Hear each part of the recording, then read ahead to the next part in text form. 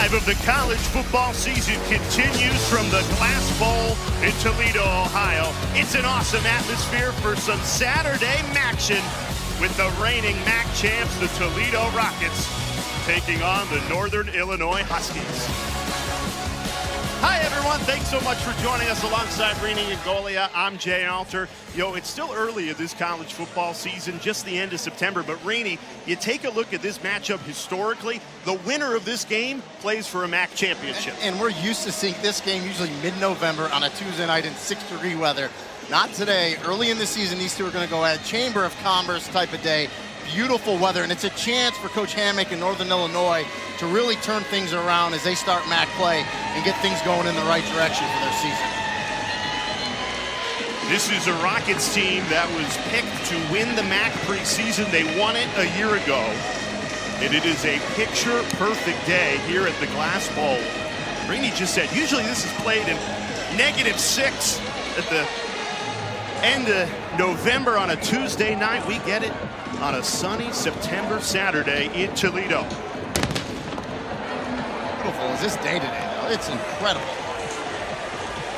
And usually we have to wait until November for some action, but the conference has played so well in non-conference play, including this NIU team beating Boston College in week 1, that we get some Saturday action on ESPN.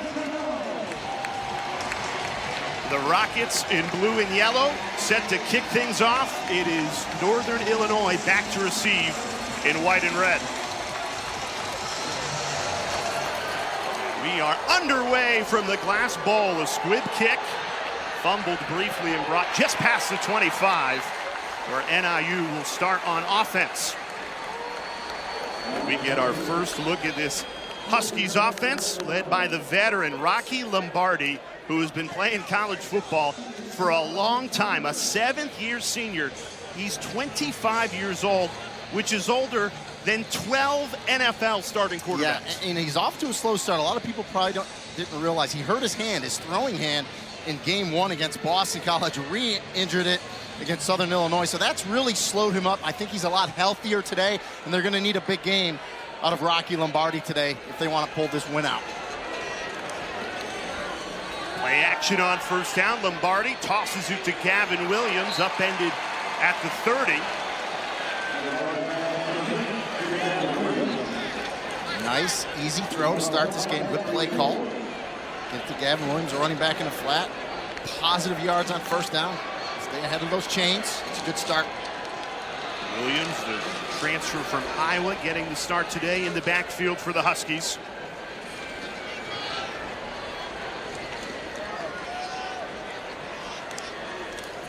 Second and 4, end around. NIU trying to move the chains on this opening drive. Trayvon Rudolph turning his legs, stopped a yard shy. Yeah, they go jet sweep there. Nice job by that Toledo defense to stretch it out. Wanted to turn it up, just couldn't do it because of that pursuit from Toledo. Excellent job running to the sideline.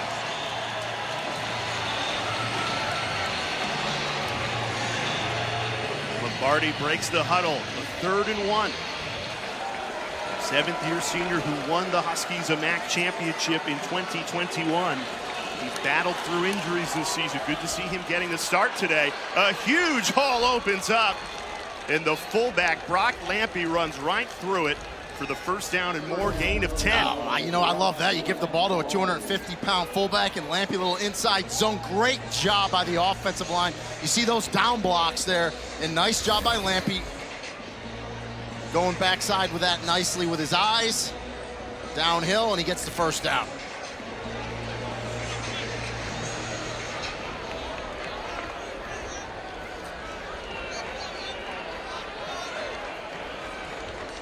First and 10 from the 44, movement.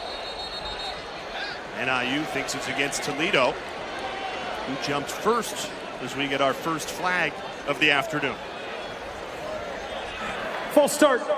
Offense number 1, simulating the start of the play. 5-yard penalty, first down.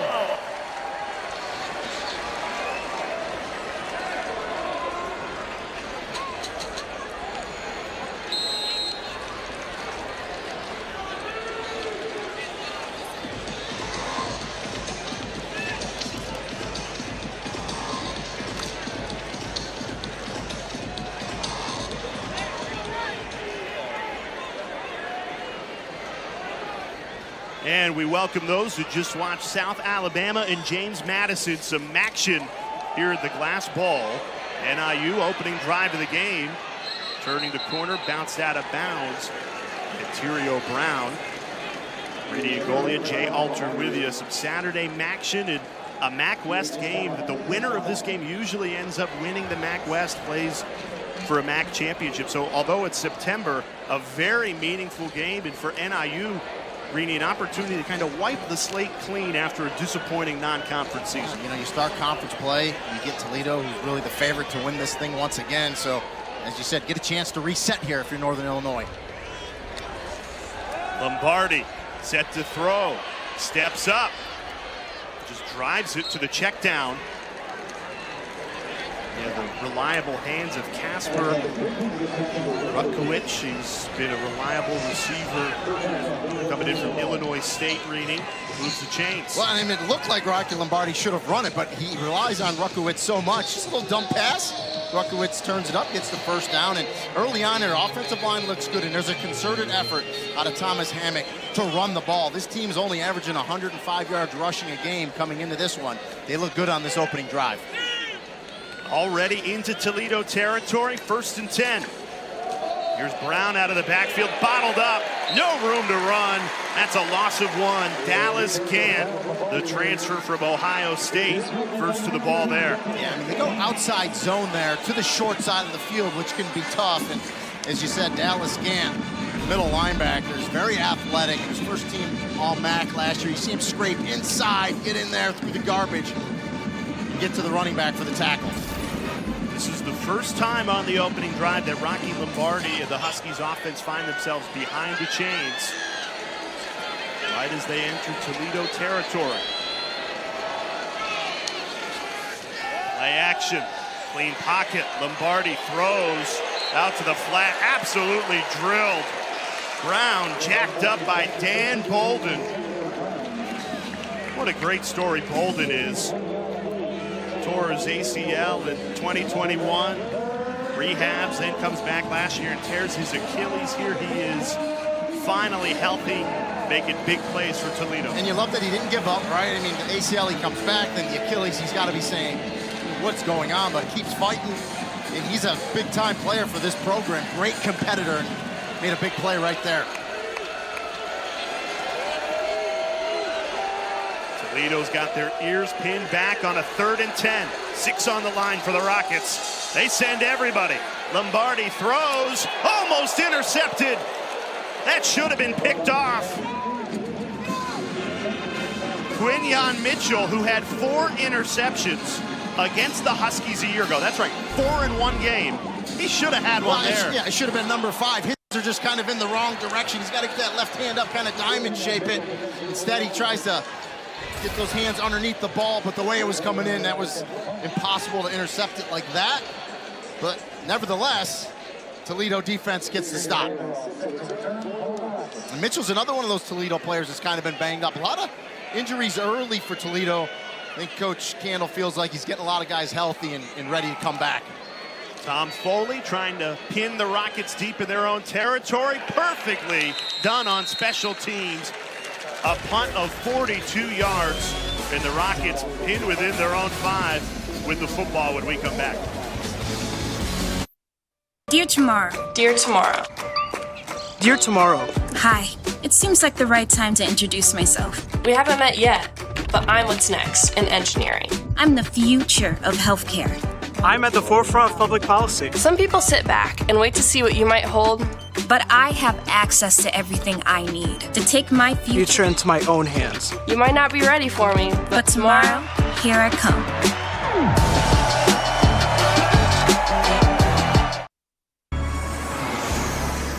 Welcome to life in the new open web, where innovation keeps pace with imagination, and the future arrives daily. Viant is pioneering a new approach to media, combining AI with human insight, creating new ways to reach customers and new standards of measurement, both on and offline. Viant, built for the new open web, built for now.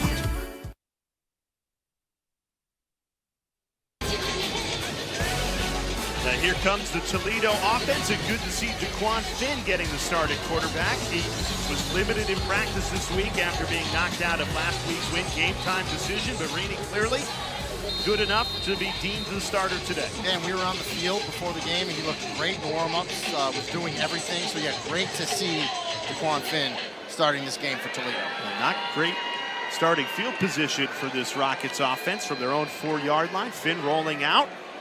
He's got ability to run it himself. He does just that. Past the 10-yard line for a gain of 8. And that's what you can do with a Daquan Finn, right? You're backed up. You kind of flood the right side. You roll him out. You give him a pass run option. Easy pickup of 8 yards there, 7-8 yards on first down.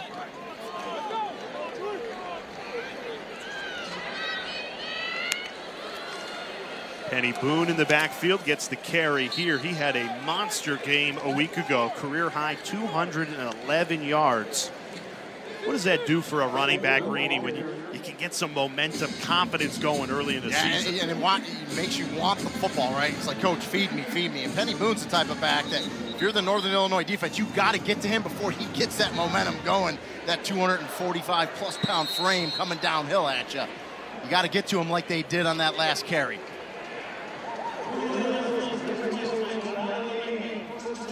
Toledo. Okay, so instead of 3rd and 1, it's a 1st and 10. The officials decide to move the chains there after the Boone carry. Jason Candle, in year number 9, is head coach of Toledo. Had to make a tough decision this week because backup quarterback Tucker Gleason came in and outscored Western Michigan 35-7 in the second half after Finn went down injured. But electing to go back to the starter, Daquan Finn. Huge hole here, plenty of speed. Penny Boone all the way into Husky territory. A gain of 48. And that is what Penny Boone can do. Yeah, outstanding blocking up front by Toledo. And Boone is that downhill runner where you get him some space, get him to the line of scrimmage. Nice vision there as he cuts it back. And for a big back, 245 pounds, he's got excellent speed.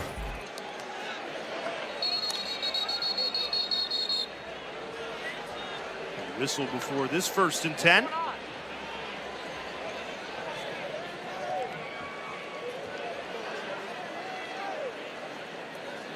Well, they spotted it. Got 4 yards too many. That's a classic running back trick, right? You get tackled and throw the ball forward a couple of yards.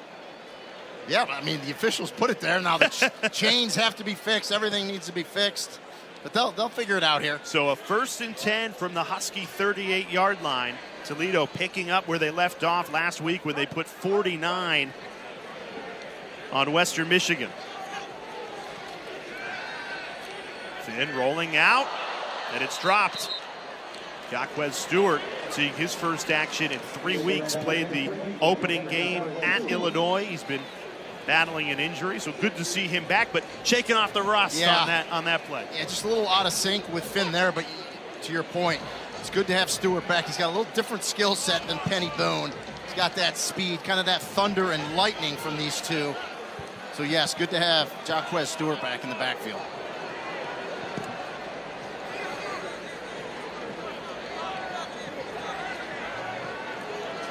Finn making an adjustment at the offensive line, backs up ahead of the 2nd and 10. And off Stewart, trying to push that pile. Gain of 2, maybe 3 to the 35. A little pin and pull there by Toledo. You got to kind of pin down. Last guy in the line of scrimmage, you pull a couple offensive linemen there, but a nice job by Northern Illinois filling those run gaps there, getting it to a 3rd and 7. But, you know, this is 4 down territory, so Jason Candle, who calls the offense, knows he has 2 downs here to pick this first down up. I don't think he'll go for a long field goal. Finn, pressure coming, gets rid of it. It's caught, trying to turn upfield. Vander Ross tangled up 2 yards shy of the first down. James Esther made the tackle. Exactly what you said, Rainey.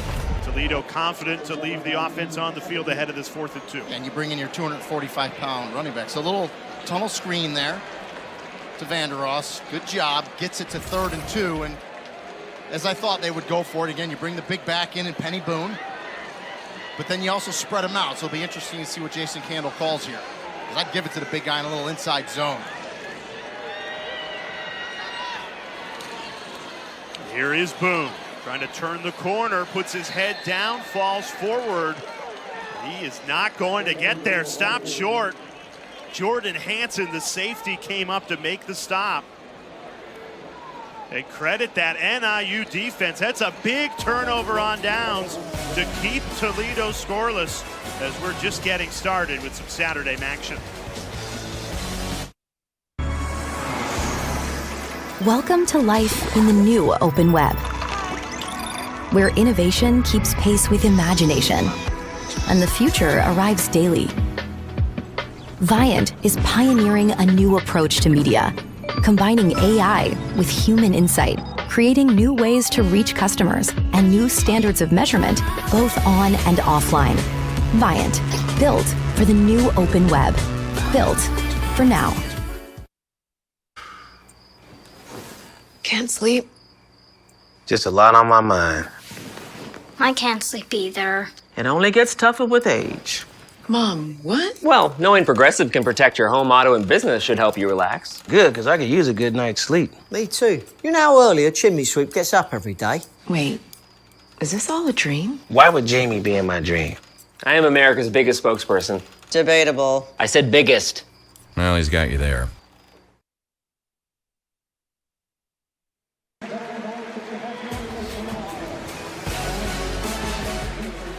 Back at the Glass Bowl, Rainey and Golia, Jay Alter with you, NIU. Big turnover on downs from the defense, but they've been great all season, the defense. It's the offense that's really struggled to start this season. Yeah, and just slow starts. You just no points really in the first quarter. So, again, a lot of this is the lack of the running game. I talked about it early, only 105 yards rushing per game to this point. And it's, Thomas Hammock, the head coach, he's a former running back. He knows he has to run the ball. And that first drive, they had some nice runs. So I think they'll go back to the run, try to get a nice mixture of run and pass, but it starts up front with them.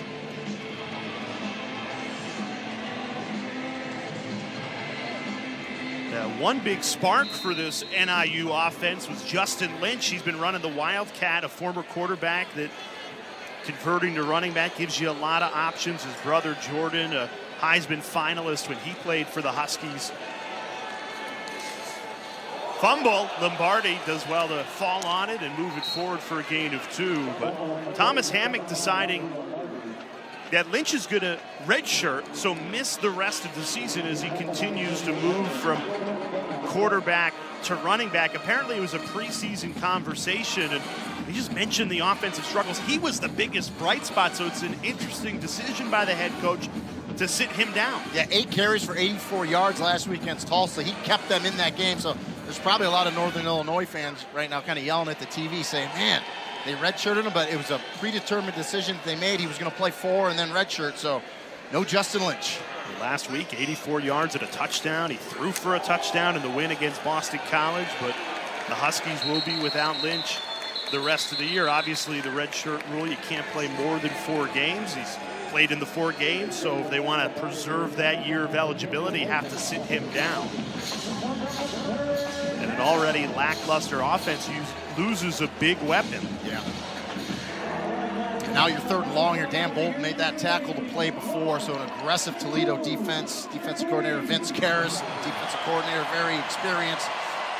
Going to pin their ears back here. I think they're going to try to get some pressure on Lombardi here, 3rd and long. Gavin Williams on the right hip of Lombardi, ahead of a 3rd and 6. Lombardi in trouble, down he goes! Swallowed up for a sack. DeAndre Reagan. They didn't need to send a blitz. They got there with 4. It's just interior line stunts defensively. DeAndre Reagan, nice stunt. Gets right inside and gets to Lombardi for the sack. So when you can get to the quarterback with 4, then you got max coverage on the back end. That makes your defensive coordinator and head coach very happy. Tom Foley out for the 2nd time in this opening quarter to punt it away. High into the sky. Fair kick. called for. Junior Vander Ross at the 32-yard line, and that's where Toledo will take over. Defense doing their job. Big-time sack. Rockets ball when we come back.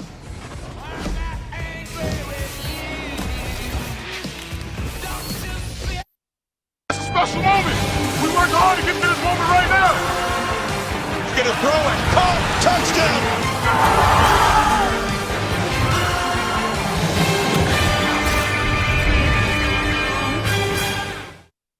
Welcome to the new open web, where Viant is pioneering a new approach to media, combining AI and human insight so you can accelerate return on ad spend with self-driving media buying. Viant. Open web, built for now. From Monday Night Football, Geno Smith and the Seahawks are ready to take over the Big Apple, while Daniel Jones and the G-Men are ready to make a giant statement. Seahawks-Giants at 8 on ESPN and ABC.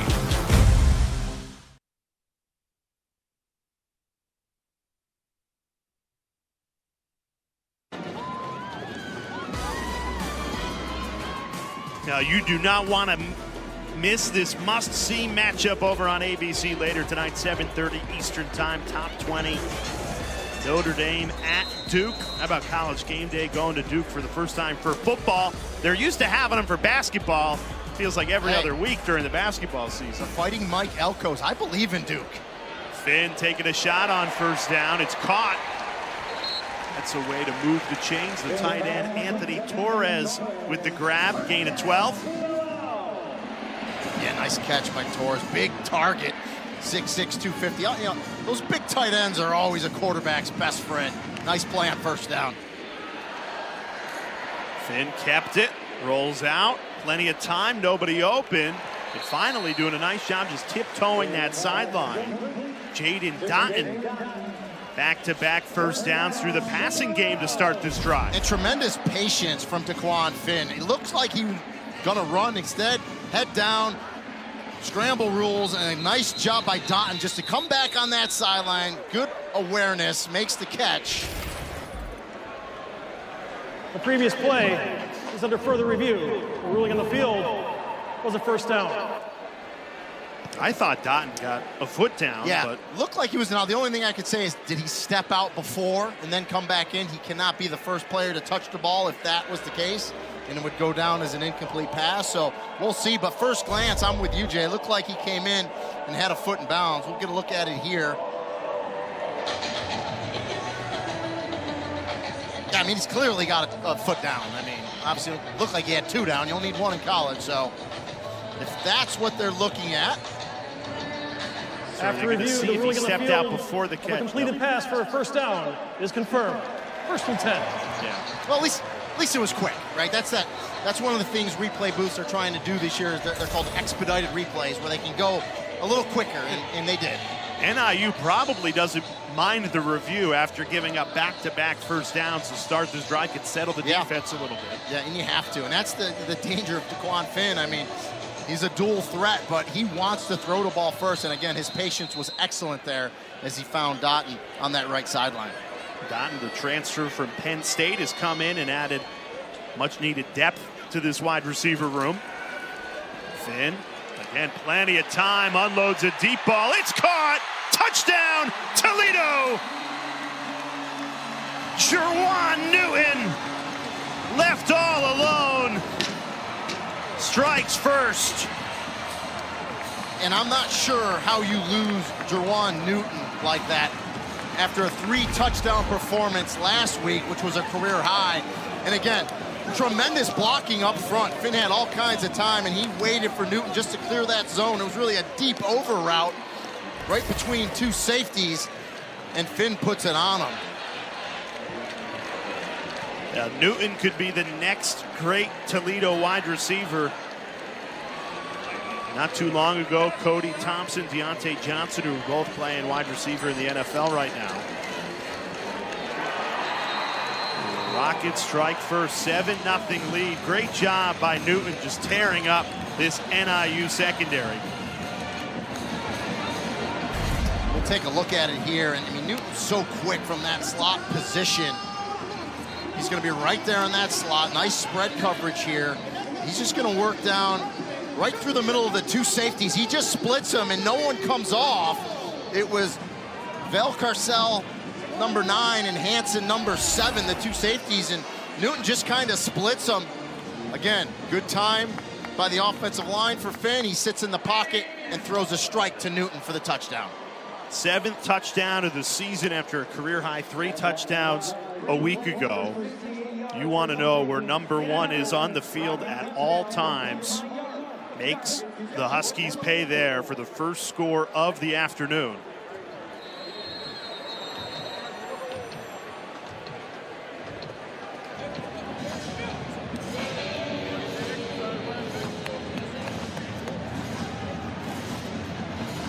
That's where Toledo's offense can really hurt you.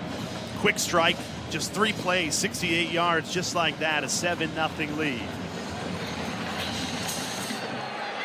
Billy Dozier from his own 1-yard line, cuts back, spins himself down. A flag flies in from the near sideline.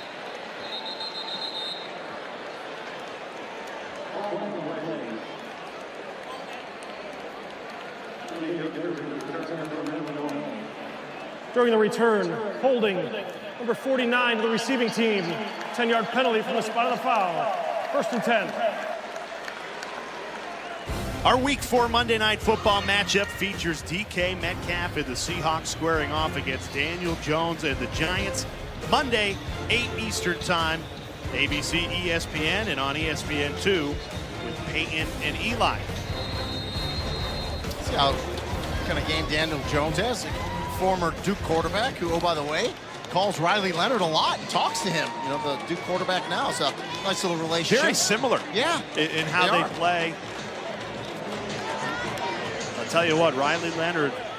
Tremendous athlete. He really is. I'd put him in the Heisman race if they win tonight. Running out of the Wildcat. Here's Brown. Breaks free. Steps on the gas. Down the sideline. 1 man to beat. And he's taken out at the 5-yard line. Quinyon Mitchell with a touchdown saving tackle. Ran him down after a gain of 80. And we just talked about Justin Lynch, who's being redshirted, was the spark last week out of Wildcat. Well, you put Ontario Brown in there. Great job. Look at the blocking.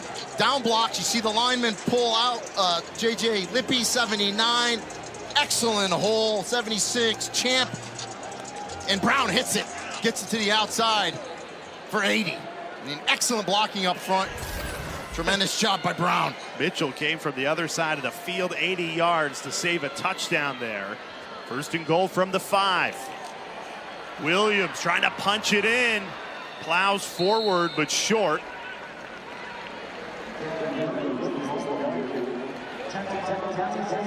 NIU run game coming alive. And for whatever reason, they just run the ball better out of the Wildcat set. Now, it gives you an extra blocker in the formation, right? Because the quarterback's out of it. Direct snap's coming to the back, and he's running it. So, you know, they had success with it last week, and we just saw what they did right there. Huskies looking for their first quarter touchdown of the season. So the fullback, Brock Lampy, gets the carry. Bulldozing forward, touchdown, Huskies. Rocky Lombardi, a quarterback keeper. And NIU impressively, 3 plays, 85 yards to immediately answer. Yeah, great play fake into the belly of Lampy.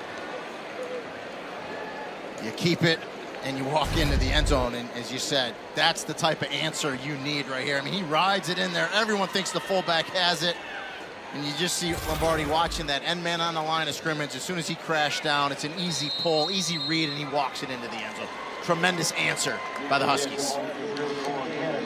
That's the first touchdown NIU has scored in the first quarter this entire season.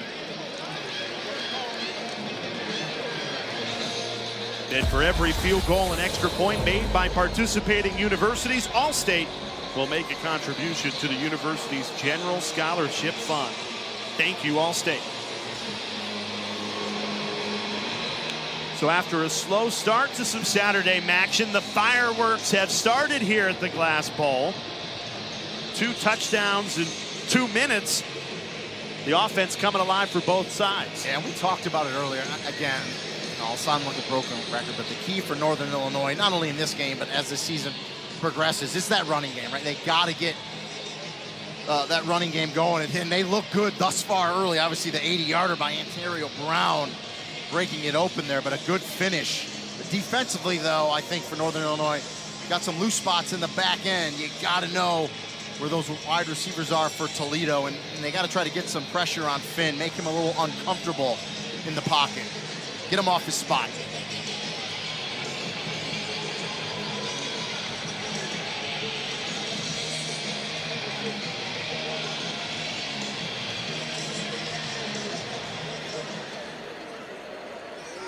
Jake Siebert kicks it away. Toledo lets it go for a touchback. There's a flag down at the 40-yard line, right where Siebert offside. Took the kick from. Kicking team number 32. Offsides, yeah. 5-yard penalty. 1st and 10. It's pretty much the only thing it could be. This drive will start from the Toledo 30. Juwan Newton, the touchdown for Toledo on the previous drive. A career high 3 touchdowns last week on 4 catches. This week, 1 target, 1 catch, 1 touchdown. He's super efficient. Pretty good, yeah. From St. Petersburg, Florida, as Newton talked to Coach Candle about his recruiting in the state of Florida. Hits it hard. A lot of Florida players on this Toledo roster. They go to the run game with Penny Boone. Only a gain of 2. Newton with that touchdown, by the way, now leads all of FBS football with receiving touchdowns. They've got good balance, though, Toledo. They certainly have a threat in the passing game with Newton, but 2 very talented running backs as well. And that's the problem for defense, right? It puts you in a bind when the offense is running very efficient and balanced, because you got to stop the run first and foremost, but Toledo can throw the ball really well. Here's Boone, back-to-back carries, cuts back, breaks 2 tackles, 3, into Husky territory, finally wrestled out of bounds. Penny Boone refusing to go down, took it for 22. He's got excellent footwork for a 245-pound back, you know? He's a bigger guy, but boy, he's fleet of foot. Excellent patience through the hole, waits for his offensive lineman to pull through. Good job. You see the big man out front, David Wagogu there. We were in the elevator in our hotel with him earlier this week, and he said the entire offensive line is going to play great this week. So good start there. Nice block as he pulls out in front. Final play of the first quarter. Jacquez Stewart bounces it outside. He's got plenty of speed. Runs out of bounds after a gain of 5, and that'll do it for the opening 15 minutes. That's the end of the first quarter. Toledo striked first. NIU an immediate answer. September Saturday Maction knotted at 7 after 1.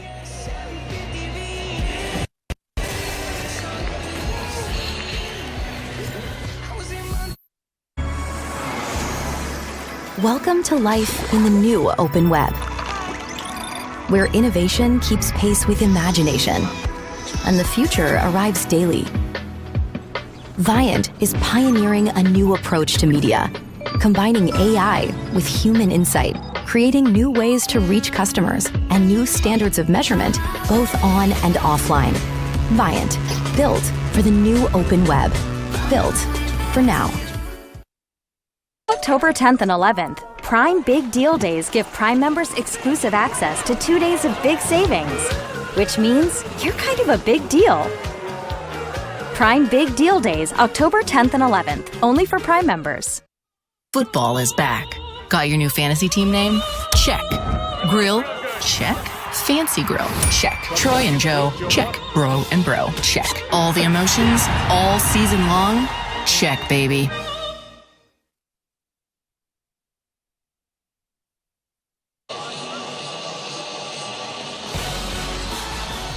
Start of the second quarter, Jason Candle and Toledo tied at 7.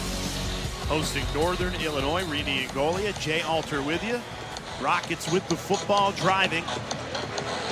Start the second quarter, 2nd and 5 from the Huskies 41. Jaquez Stewart returning the game action after missing the last 3 weeks, bottled up by James Esther.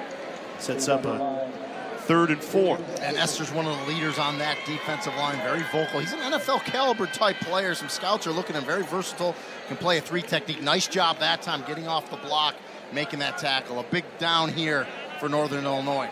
Is this 4-down territory? Yeah, I just think with Jason Candle and the way he calls it, I don't think you go for a long field goal. So again, he knows he's got 2 downs here to play with to keep this drive alive. 3rd and 3. Finn, pressure coming. Floats it. Here's Stewart.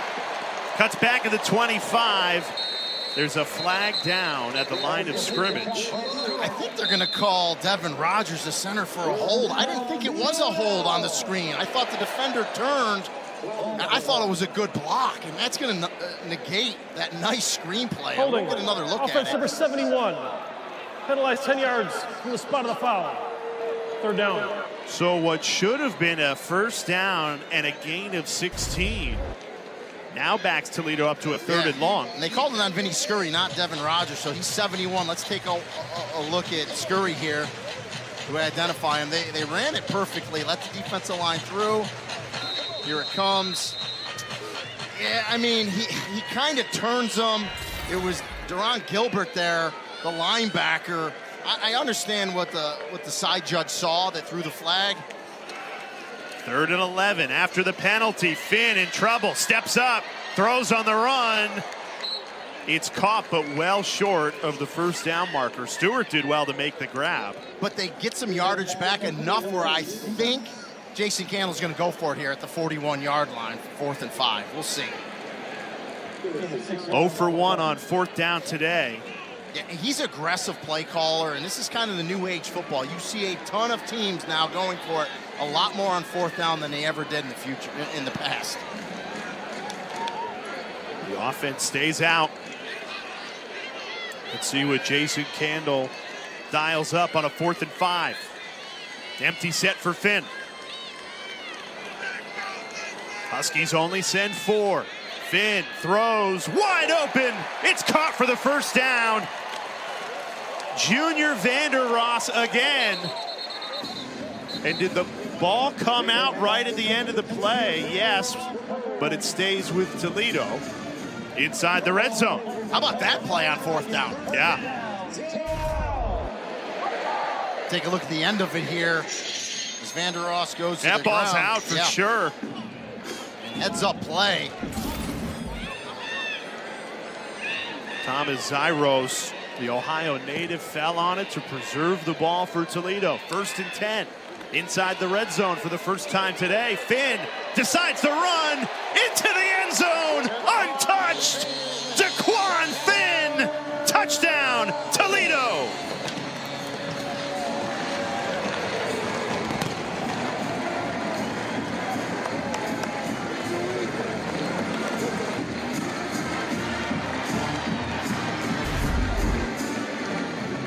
This was a design quarterback draw.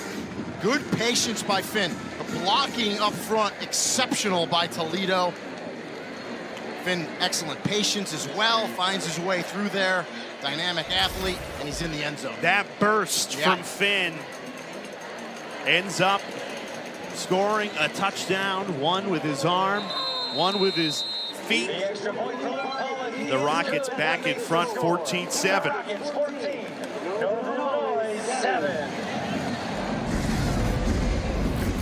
Great start for the Rockets. Finn looks healthy today. Toledo leads it 14-7.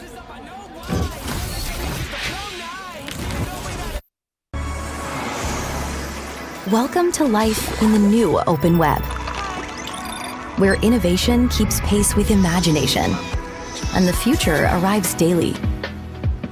Viant is pioneering a new approach to media, combining AI with human insight, creating new ways to reach customers and new standards of measurement, both on and offline. Viant, built for the new open web, built for now. You fought for 162 games. Now your shot at glory is hanging by a thread. A thin line between moving on and going home. Oh, wow.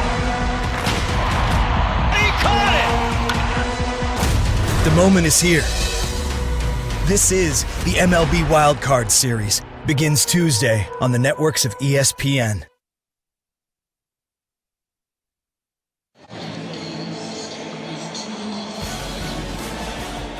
Now, all week long, the talk was, is DeQuan Finn going to be healthy enough to play after he was knocked out of the game a week ago against Western Michigan? So far, Rini and Golia, the answer is a resounding yes. Finn has looked excellent in his first half. Looks better than healthy. I mean, he looks great. He's throwing the ball, delivering it nicely down the field. He's reading the field as well. And then, of course, athletically, you get him in space, he can make people miss.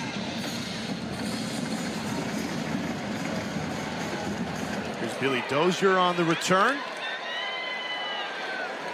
Spun down just past the 25-yard line. Now let's take a look at our Fansville College Football Update, brought to you by Dr. Pepper. And the story of the college football season, Rini, Deion Sanders' Colorado team, they gave USC and Caleb Williams everything they could handle today, came up just short.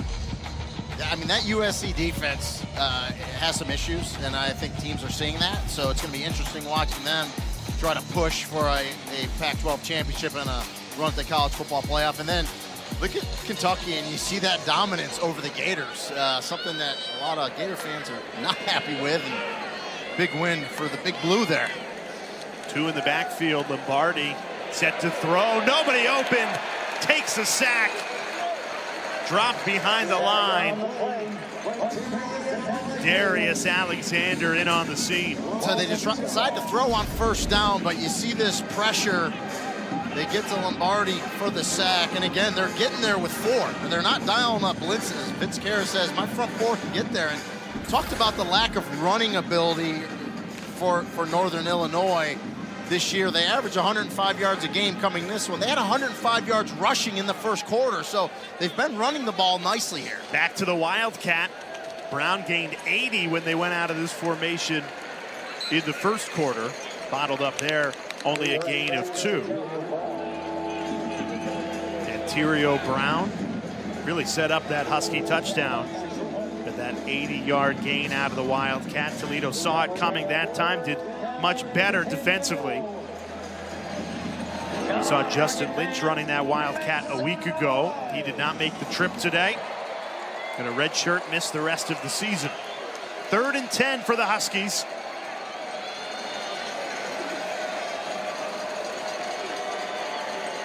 Play clock under 5. Lombardi hands it off on 3rd and 10. A very conservative play call that goes nowhere. Toledo all over the running game there, and that is a 3 and out. Dallas Gant with the stop. He's having a great game. Yeah. And that's the problem, right? You throw it on first down, you give up a sack. Now you're behind the chains. You got to go Wildcat on 2nd down. You pick up 1 or 2. You're really behind the chains. And then you go outside zone with Brown. Very conservative, as you said, Jay. And it's going to be a 3 and out. Curious play calling on that 3rd and 10. A 3 and out. Tom Foley, his 3rd punt of the afternoon. Bounces at the 35, takes a big Husky bounce. That bounces almost 25 yards all the way to the 10. Yeah, and Junior Vandeross, that's a big error. You have to catch that ball if you're the punt return. It ends up being a 64-yard punt. Toledo's ball when we come back on the other side.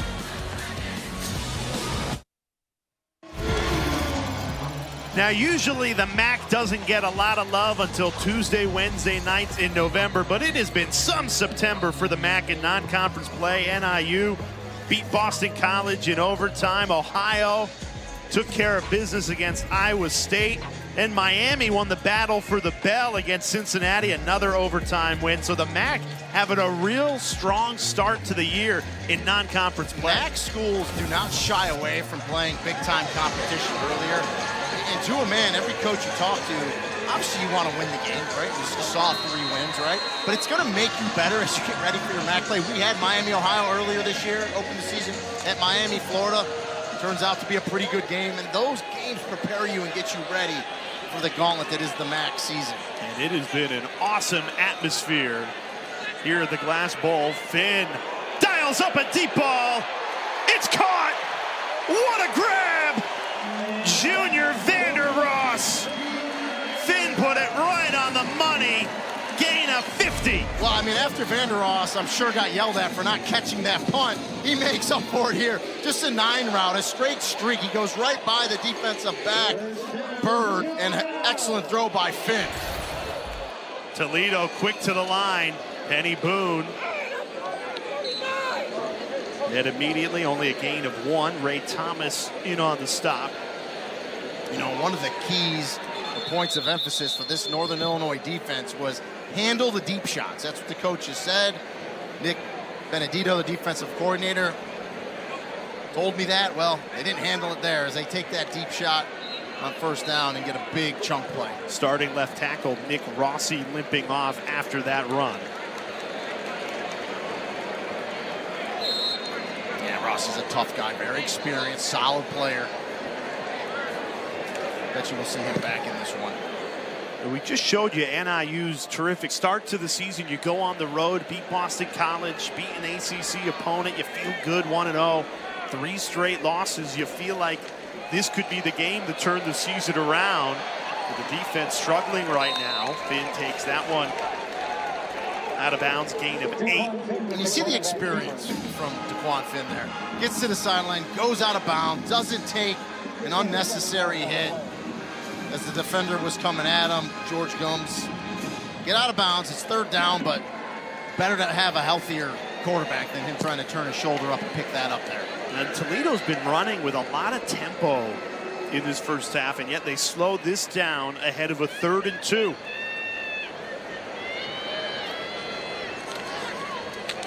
Right to Penny Boone, why not? Moves the chains. And you need 3 or 4 yards. Penny Boone typically delivers. Earlier in the game when it was 4th down, that's what I thought they should have done. Gone inside zone to Penny Boone. Remember, they went outside. Northern Illinois was able to stretch it out, make that tackle, get a turnover on downs. That time, get the big guy going behind those shoulder pads, straight forward, pick up the couple, and get the 1st down. Boone, 8 carries for 80 yards. So 10 yards an attempt in this first half. Finn has all day, nobody open. Flag comes out and takes it out of bounds. Well, and it's going to be a holding call, but really that's, you know, great coverage on the back end because Finn had all day to throw, holding. just no one Offense, open. Number 67, 10-yard penalty, 1st down.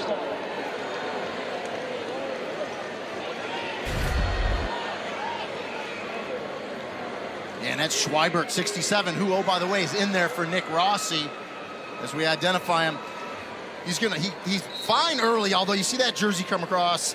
He's okay. It's here, right there. It's that last tuck that got him the holding call. He got away with the first 2. The center judge said, now, 3rd time's a charm. I'm going to throw the holding flag. So 1st and 20 now. Left tackle Nick Rossi comes back in the game for Toledo.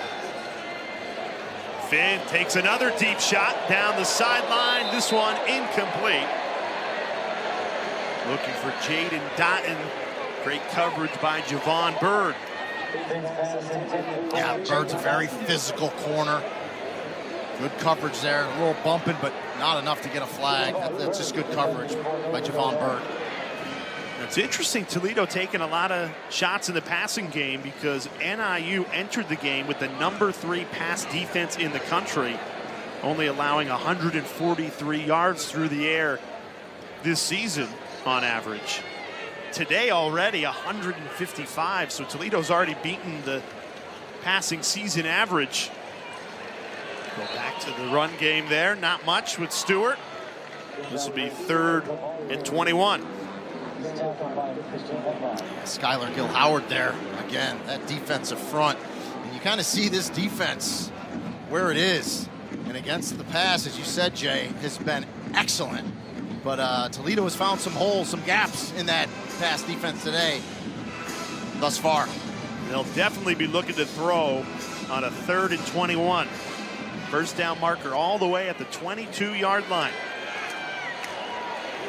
Finn throws it over the middle, crossing route. Dotton has it, and he's tackled well short of that first down marker. Only gained 7. So what do you do here? Yeah, but it's 4th and about 13, so the yardage is tough. You know, it would be about a 54-yard field goal from here. I know Pollock, I think it's good from about the 50 range, so I think you actually might punt this one, but he's going to take a timeout and talk about it. First charge timeout, Toledo. I'd go for it. If I'm Jason Candle, just because of where you are, I know it's 13 yards, but we'll see on the other side.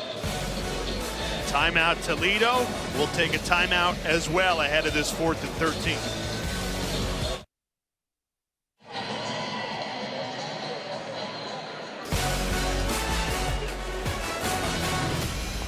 Well, a real decision to be made by head coach Jason Candle. Took a timeout to decide, and 4th and 14, you're at your 36-yard line, deciding to punt. I just think it's too far. If it's 4th or 5, 6, or 7, I think he goes for it. I know he goes for it because we've had these conversations. Just too far of a distance. And Emilio Duran put way too much under that ball. Fair caught at the 20 by Rutkowitz. And they may call kick-catch interference, so they got too close to him, which is going to add on. Oh, boy. Number 26 of the kicking team. 15-yard penalty. So here's the situation. So now you should have went for it. The punt was only 16 yards. Now you got a penalty. And the penalty's 15, so you only gained 1 yard of field position. At that point, you definitely should have gone for it. Candle over on the Toledo sideline. Yeah, you know, he's mad at a lot of people, I'm going to guess. The punter, I didn't really think that was kick-catch interference. I thought they gave him enough room, but I'm not an official, so they call it. And so, now you're Jason Candle, and you're like, yep, should have went for it. So even though it was 4th and 13. You're at the 36, now the ball's at the 35. So the ball only moved 1 yard after the punt. Hindsight's 20/20. No, good break, though, for Northern Illinois. Good stop, and see if they can get something going here offensively. Big opportunity for Rocky Lombardi and the Huskies offense. Quarterback keeper Lombardi upended, falls forward for the first down, gain of 13. Bowers made the stop at the Toledo secondary. Yeah, and Lombardi showing you his athleticism as well. Big guy, 6'3", 223, and we were standing next to him on the field. He looks the part, great big quarterback. He can make all the throws, and right here says, listen, I can be dual threat as well. Makes his mind up, picks up that first down. This is special teams changing the game. Toledo had all the momentum, an opportunity to pin Northern Illinois deep, and instead favorable field position. Here's a reverse. Toledo sniffed it out, blown up in the backfield for a loss of 5. Jeremiah Peters was not fooled on the trickery. He's an outside linebacker, kind of rush defensive end, was not fooled. He's playing very, very well. Another one of those Florida kids that they've recruited up here in Toledo, played at Booker T. Washington, but was not fooled at all. As you said, comes upfield, breaks down, and makes that tackle. 4th tackle for loss today for Toledo. You know, Peters is only a sophomore. He's going to fill out and be a lot thicker as well. He's going to be a great edge rusher before his career ends here at Toledo. Play action. Lombardi rolls left, throws wide open for the first down. Billy Dozier got free in the Toledo secondary. Gain of 24. And Zachary Ford, the free safety, was there in coverage. He drops off because he thinks Lombardi's going to come underneath. When he drops off, the receiver becomes wide open. Great recognition by Lombardi to find Dozier there for the pickup. Into Toledo territory. Nothing doing in the run game. Swallowed up by Dan Bolden. He's had an outstanding game, the linebacker from Cincinnati, Ohio. Bolden and Gant, the two inside linebackers. 5 tackles for Bolden today. It's a good duo in there for Toledo. Gant, as you said, has 4, so the two linebackers combined for 9 tackles in this first half.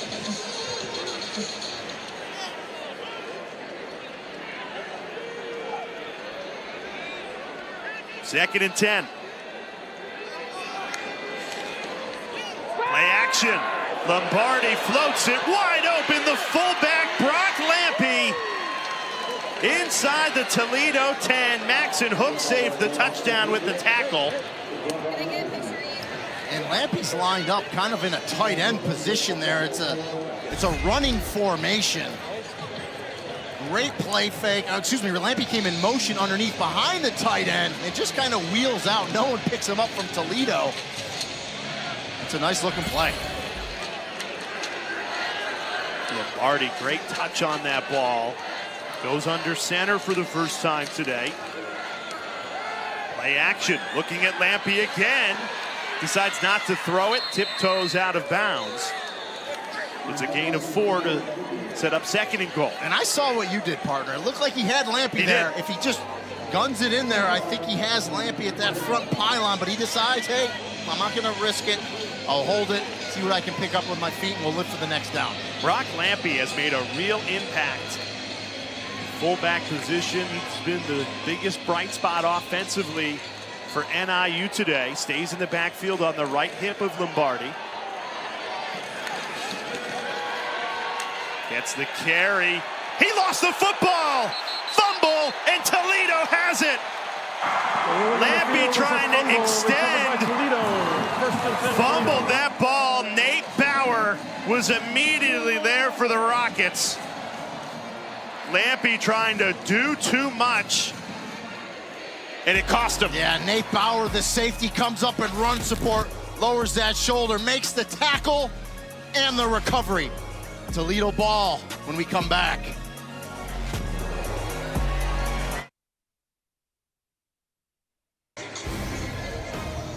Remember, set the alarm. The NFL kicks off early on a Sunday morning, 9:30 Eastern time, 6:30 on the West Coast. Falcons, Jaguars from London, exclusively on ESPN+. So NIU, an opportunity to tie the game, fumbles it, going in for a touchdown to the 2-yard line. So Toledo, from their own end zone, trying to push that pile, gain of 2. Here's the fumble ring. And we talked about Nate Bauer, number 6, coming up to make this tackle. 25, Maxon Hook comes in there as well, and I think actually punches it out after the Bauer tackle. And Maxon Hook is a leader back there in the secondary. Has been banged up. He's seeing action for the first time. Excellent job by Maxon Hook. You feel bad for the fullback, Lampe, who is just trying to get yards after contact, the extra 2 yards, which would have put him in the end zone, tied this game right before halftime. Now a big opportunity for a momentum swing. First down, Toledo.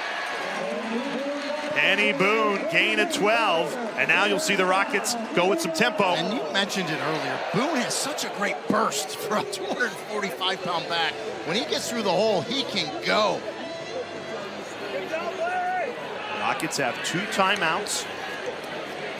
Plenty of time to add to this 7-point lead before the break. Right back to Boone. Gilbert makes a stop, only a gain of 4. I'm surprised Toledo hasn't dialed up a shot. You know, I think just a lot of times bad things happen when you try, when you're on your end. Now you're at the 21, maybe something high percentage here. A screen, a short pass. If you can get 15, 20 yards, then I think he'll bang a timeout and then they'll try to score. Man, you're gonna get a false start. Yep. Receivers at the top. False start. Offense number 9. 5-yard penalty. Second down.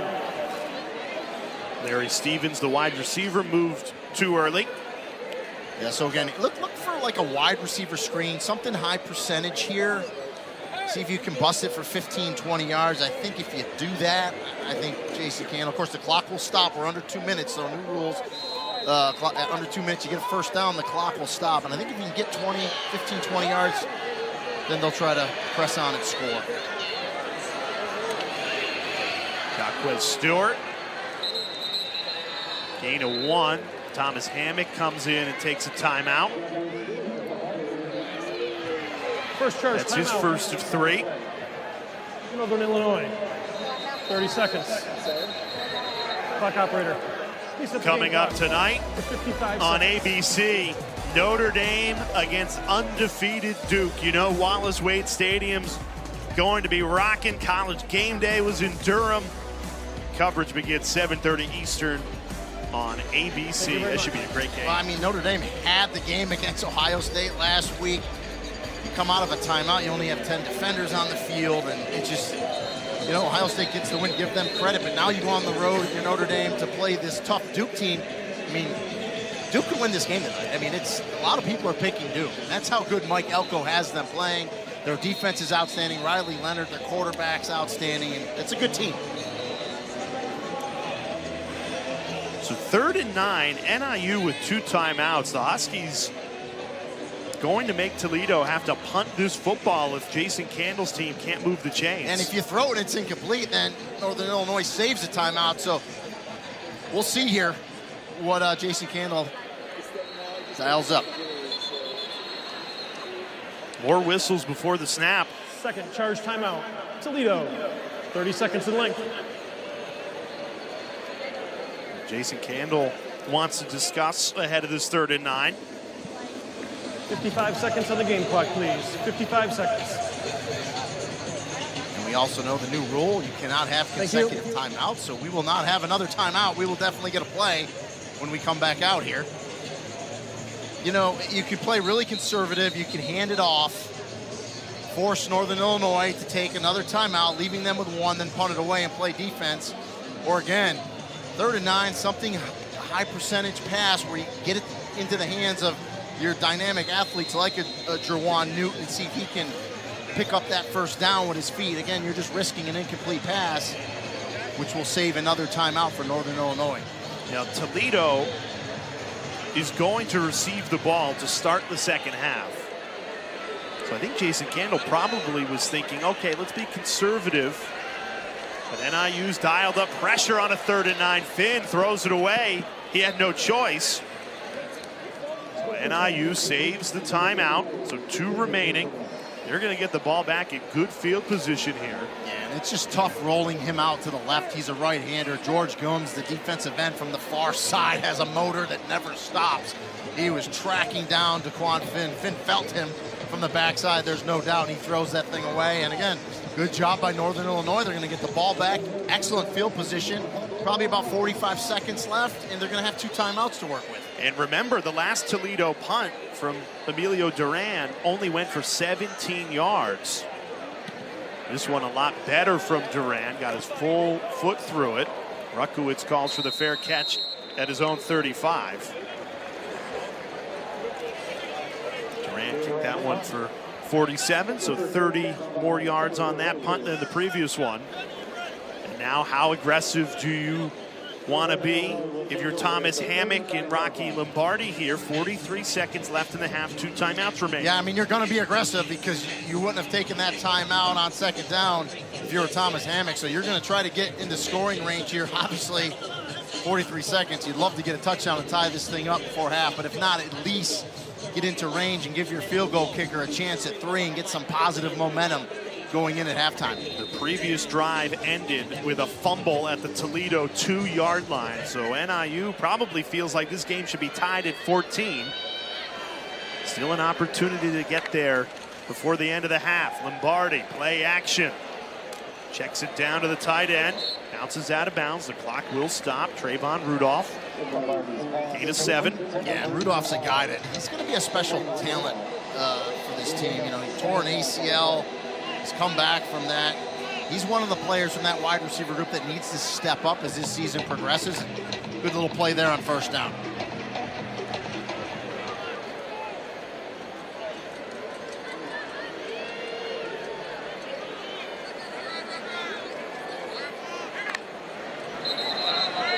And you're going to get a false start by a wide receiver, and that's crushing to coaches. False start. Offense number 11. 5-yard penalty. 2nd down. He's actually a tight end, but Chris Carter, 6'7", 240, is lined up in a slot like a wide receiver, and it's just those pre-snap penalties, especially in this time when you're in 2-minute offense, it's just crushing. Got to watch the ball if you forget the snap count.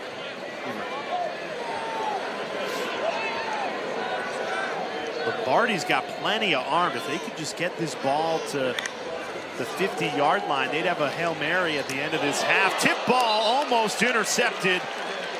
Max and Hook shot in there for Toledo to get a hand on it. And that was almost disastrous, because as Hook jumps underneath this pass, if he catches this, there's nothing but green grass in front of him on his way to the end zone.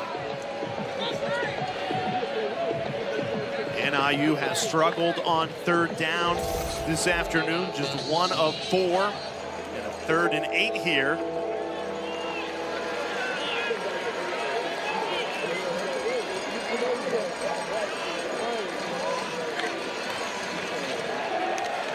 They run it.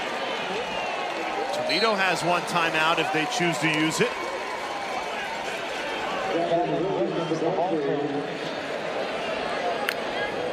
The Rockets could force NIU to punt this football. They've got that 1 timeout. Jason Candle, he gets the ball to start. Yeah, I think the second half. Might be content to go into the locker room. He is. He takes the headset off. It's the end of the first half. You know, and everybody thinks, well, a mistake could happen if you have to punt the football. It could get blocked, muffed. Equally, it could get muffed on the Toledo side. Yeah. So just happy to go into halftime with a touchdown lead, knowing you get the ball back on the other side. Yeah, I agree. You go in, you regroup. It's a good game. We knew it was going to be a good game between these 2 teams. Looking forward to a good second half. Yeah, plenty of action. A good second half to come. Toledo up a touchdown at the break.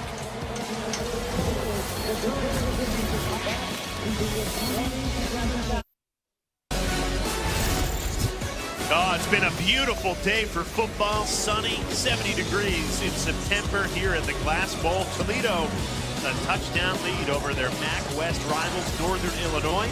Rainey and Golia, Jay Halter with you. Rainey, let's catch the folks up on what happened in that first half. Yeah, Daquan Finn got knocked out of the game last week.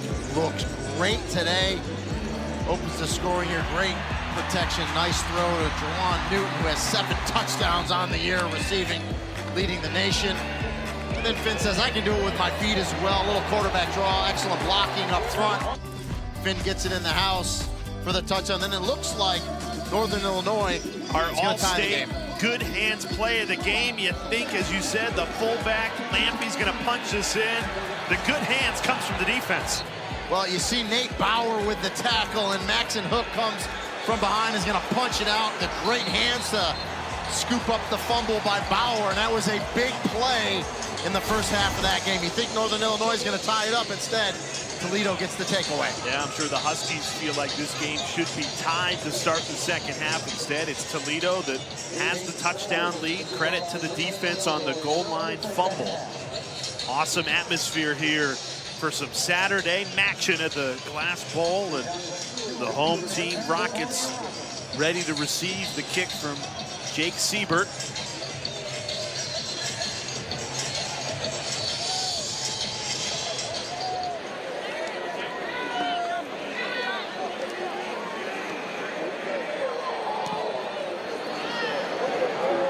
Stewart moves over, takes it from his own 3.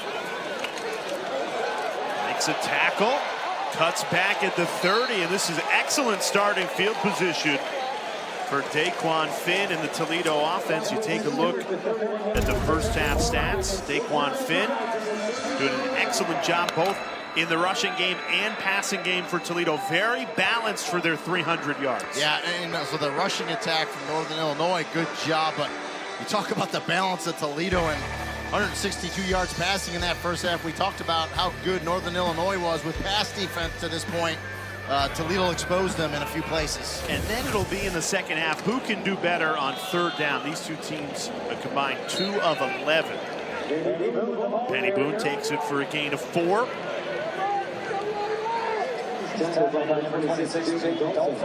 Jason Candle, the reigning MAC champs, went on to win a bowl game as well.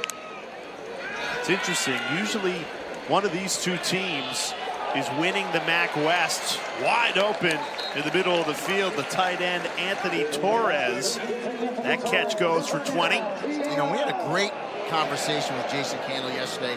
In this era of the transfer portal and players leaving and moving all over the country, he's done a great job keeping his players here. He says the culture has kept the players here. They love it here. Yeah, a lot of players returning from the team that won the MAC championship a year ago. Great grab going out of bounds. Jerwan Newton showing why he's one of the best wide receivers in the MAC. And a big-time throw across the field by Daquan Finn. The Rockets favored to repeat as MAC champions this season. 6 of the last 7 MAC champs have come from the West. Penny Boone barreling forward for the first down, gain of 7. The Chains keep moving on this opening drive to start the second half. Man, it's just talked about a little bit in the first half. A very experienced offensive line led by Devin Rogers, the center. You know, former defensive lineman, played there a couple of years ago, but it's done excellent as an offensive player. Right back to Boone, this time only a yard gained. Penny Boone now 3 straight 100-yard games. He's up to 111 yards now. And we talked about them getting Jaquez Stewart back, and he's in the backfield now, and so it's good to have Stewart healthy. And again, that's a tremendous 1-2 punch out of the backfield for Toledo. Finn on 2nd and 9, runs it himself, falls forward for a first down, gain of 9. Dolphin made the stop. And again, this is a called quarterback draw, and I talked about Jaquez Stewart running the ball. Well, he's a good blocker as well. Stewart Zero is going to get a good lead block on Deron Gilbert, the safety, as he comes up to make the tackle. Nice play. In the red zone at the start of this third quarter.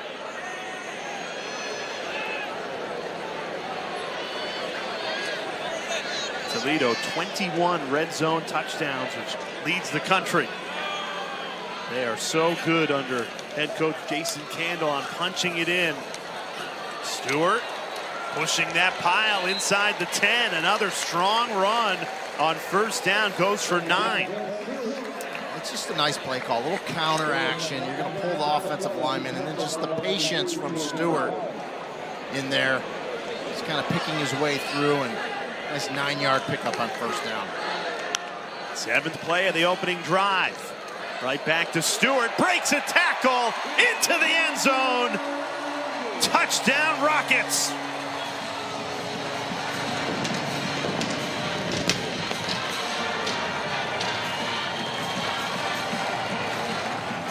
What a start to this second half for Toledo. Yeah, this is how you want to come out, start the second half. You get the ball, you get a nice kickoff return by that man right there, Jaquez Stewart, to start the second half, and then he finishes it off with the touchdown run. And all Thomas Hammock, NIU head coach, can think is how different this game would feel if they didn't fumble at the Toledo 2-yard line right before halftime. Because now it's a 2-touchdown lead for the Rockets.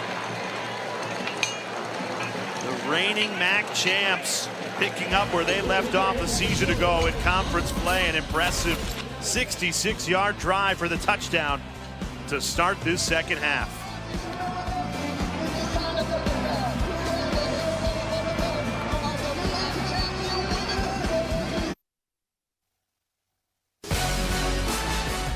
So at Toledo, this is the touchdown tank. After the Rockets score a touchdown, in you go.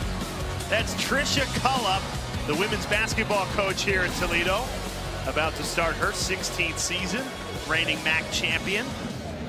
Women's basketball. This is an awesome idea in September when it's 70 degrees. I just don't know if it plays on Tuesday night in November during action. If you put a hot tub out there, I think it'd be awesome. True. You just want to stay right in the water, though. NIU, great return. Billy Dozier gets to the 30. Toledo a commanding 2-touchdown lead. It's a difficult team to come back against.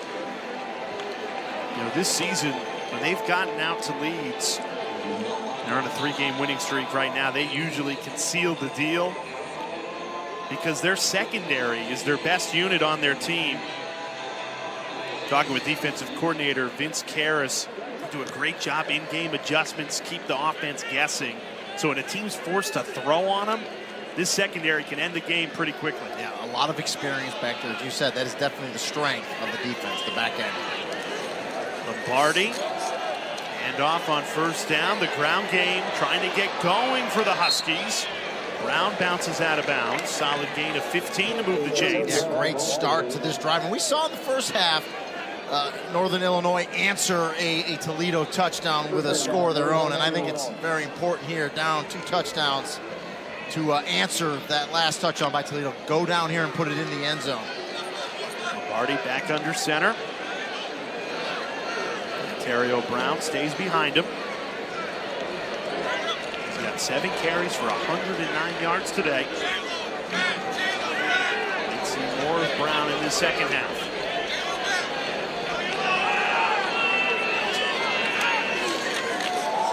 Right back to Brown. Falling forward, gain of 4. It's 12 personnel they've been running out of. It's 1 back, 2 tight ends, and I'm going to make Lampy a tight end, fullback tight end, and 2 wide receivers. So they've had success out of that 12 personnel running the ball.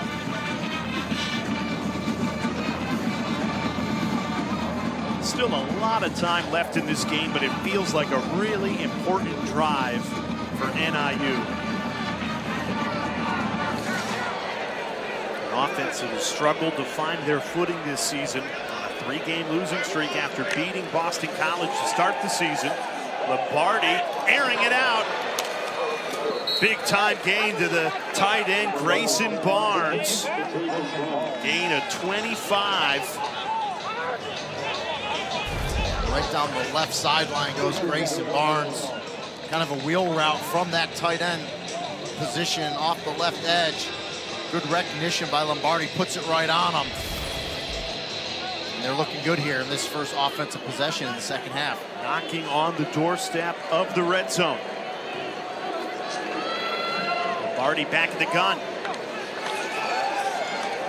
Throws, and it's caught again. Jalen Johnson with his first grab of the game. Lombardi shows you his arm strength there. I mean, that's an NFL type throw right from the far hash, a deep out across the field. Strong arm by the big quarterback, puts it right on the money. He's got 2 out routes, goes to the top one in Jalen Johnson.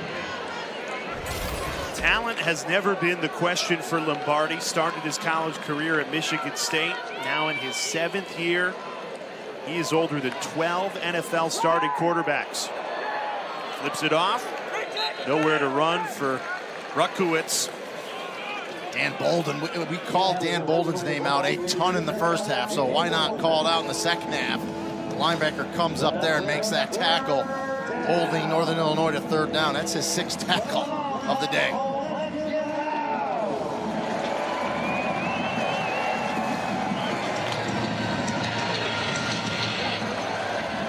Third and 2.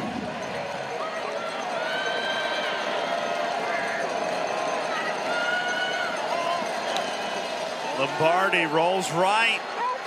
Now looks back left, in trouble. Escapes the pressure, throws, and it's dropped. Ruckowitz went low to try and make the catch, could not hold on. And now a decision to be made on 4th and 2. You know, it looked like he was going to get sacked, and Lombardi does an excellent job to avoid it. And once he avoids it, I thought maybe he should have just tried to run for it. Right here, it looks like he's sacked, and then right here, I thought, okay, put your shoulder on. Now, there was a defender coming, so it would have been a collision. He tries to get it to Ruckowitz, but it goes incomplete. Cannon Woodle, the redshirt senior from Plainfield, Illinois, on for his first field goal attempt of the season in place of Jake Siebert. This from 32. And he puts it right through. NIU cuts the Toledo lead to 11 about midway through this 3rd quarter.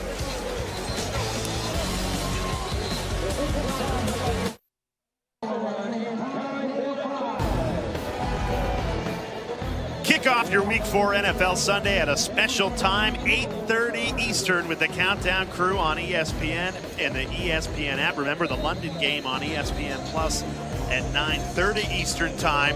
I have a feeling Taylor Swift is going to be the talk of the show. I'm kind of personally I'm getting a little tired of the Swift-Kelsey talk. Yeah. They'll talk about that and more. I'm sure some football's going to squeeze in there, too. Well, I got a couple daughters. I got a couple Swifties, so I know all about it. That bank account gets racked up on Taylor Swift concert tickets, believe me.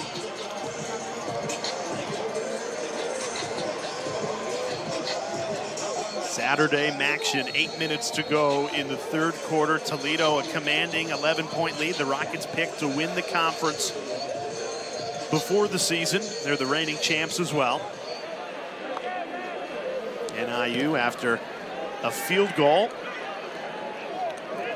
Teron Newton on the return. Gets past the 40. Flag comes in. This will erase what would have been very good starting field position for Toledo.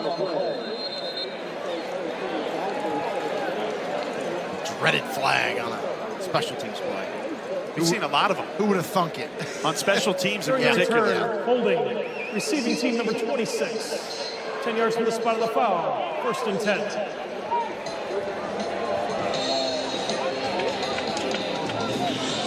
Quan Finn has been terrific in a quarterback for Toledo. Now over 5,000 career passing yards in a Rockets uniform, which is 10th all time.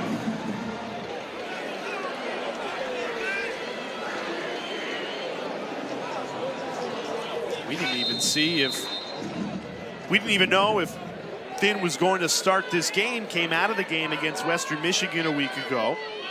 Limited in practice this week, game time decision, but he has looked terrific. Throwing on first down, drop ball.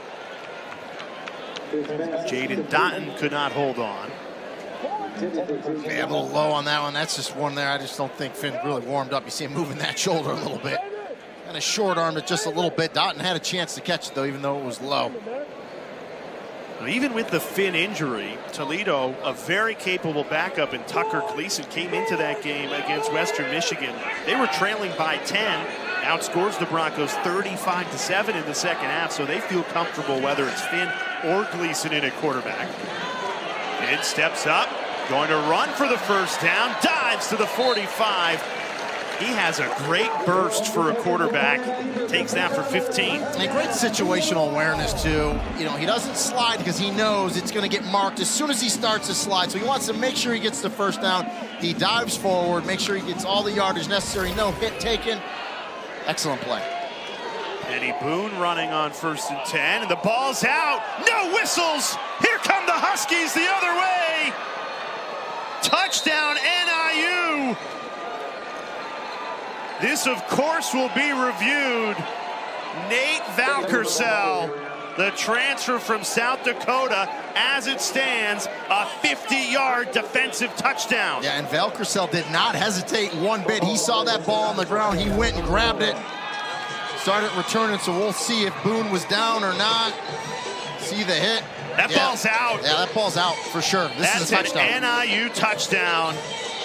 Valkersel quick to the football. Amari and Knighton pried the ball free. And Valkersel just saw it there, scooped it up, 50 yards to the house. And the Huskies are right back in it.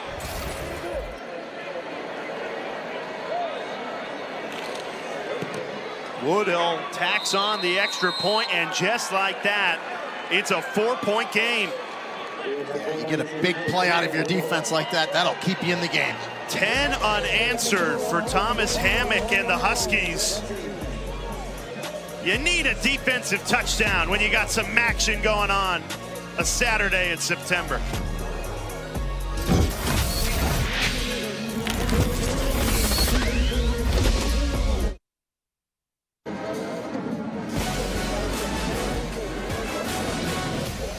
NIU right back in this football game. Toledo held a 21-7 lead, 10 unanswered for the Huskies after a 50-yard defensive touchdown, a scoop and score Greeny and Golia, Jay Alter with you. Midway through this third quarter, a fun finish coming in the Glass Bowl. Jacquez Stewart on the return for the Rockets, and he is jacked up at the 15-yard line. You can feel it. NIU with all the momentum right now in this action matchup. Let me take a look at this week's college football rankings, brought to you by Capital One. Number 1 Georgia in trouble at Auburn. What a win that would be for Hugh Freeze, his first year as head coach of the Tigers. Yeah, Georgia's just kind of been sleepwalking through this season. We'll see if they can pull that one out. Kansas-Texas game looks like a good one. We already talked, USC defense has some issues they need to fix. Some good matchups. Jacquez Stewart stays at the game in running back.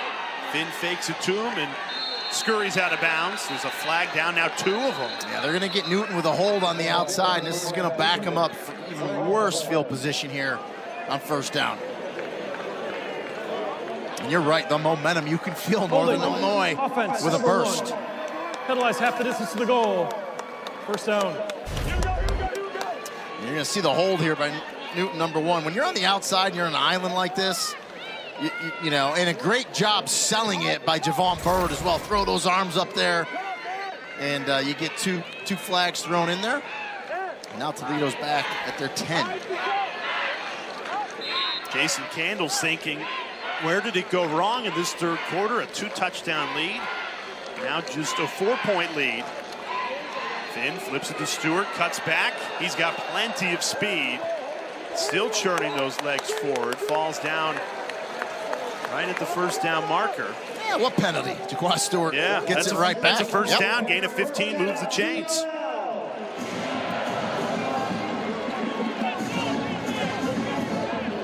After the Penny Boone fumble, who's been a reliable running back for Jason Candle's offense, it's nice that you have Stewart back healthy after 3 weeks battling injuries. Stewart again off to the races. He refuses to go down. Just a hard runner, yards after contact.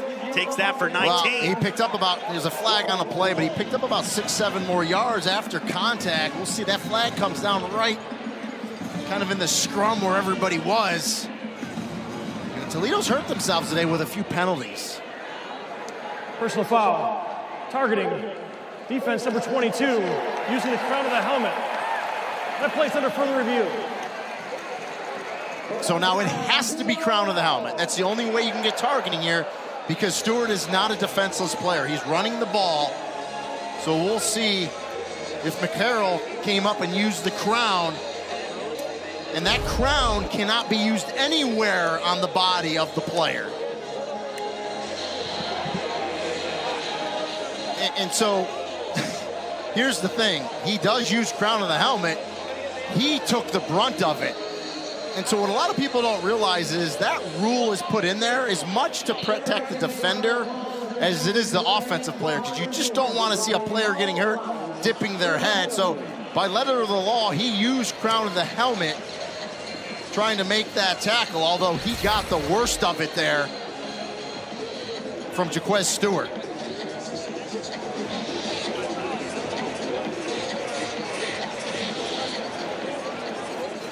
You know, the one thing I would say... Number 22 uses crown of the helmet to attack an opponent. That is a foul for targeting. That 15-yard penalty will be added to the end of the run.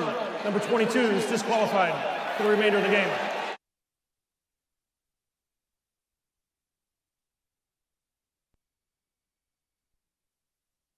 For the blow, right. He took the blow. That's what kind of, it hurts even more. Especially when you talk about the launch, right? Yeah, I mean, really...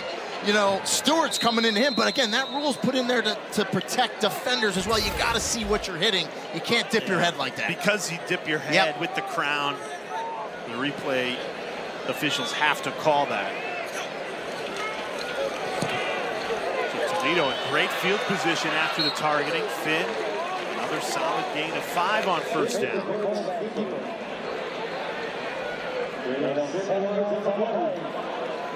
Toledo trying to respond after the Northern Illinois defensive touchdown to make this a 4-point game.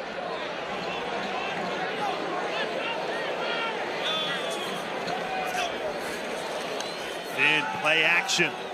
Plenty of time. Steps up, floats one for a first down. Tackled at the 25-yard line. That's the true freshman Connor Wallensack. His first catch of the game. And just all kinds of time for Finn to throw there. Waits for Wallensack to clear the zone. Puts it on him on that deep out. Pick up the first down. 20 first downs today for the home team Rockets. They've been moving the ball effectively.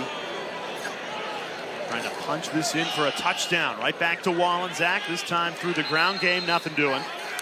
No gain. Ron Gilbert makes a stop. The senior out of Detroit. About an hour north of here. Started his college career at Lafayette before transferring to Northern Illinois. Yeah, he's a player that the coaches told us if they had him in this program 2 or 3 years, they think he would have been exceptional. He's a good player this year, but you know, they just get him for 1 year because he just transferred in. Converted from safety to linebacker and has made a big impact on this Huskies defense. And they are desperate for a stop. Here's Finn. Throws, risky pass over the middle. It's caught. Anthony Torres with his third catch of the game. Tyler Jackson makes the immediate tackle. It's like a center posting up, right? You got Anthony Torres, 6'6", right in the middle. Big reach. You can throw it high. He goes up and makes the catch. 1 of 6 on third down today. DeQuan Finn trying to change that. He just lost his footing. Needed 3, only got 2.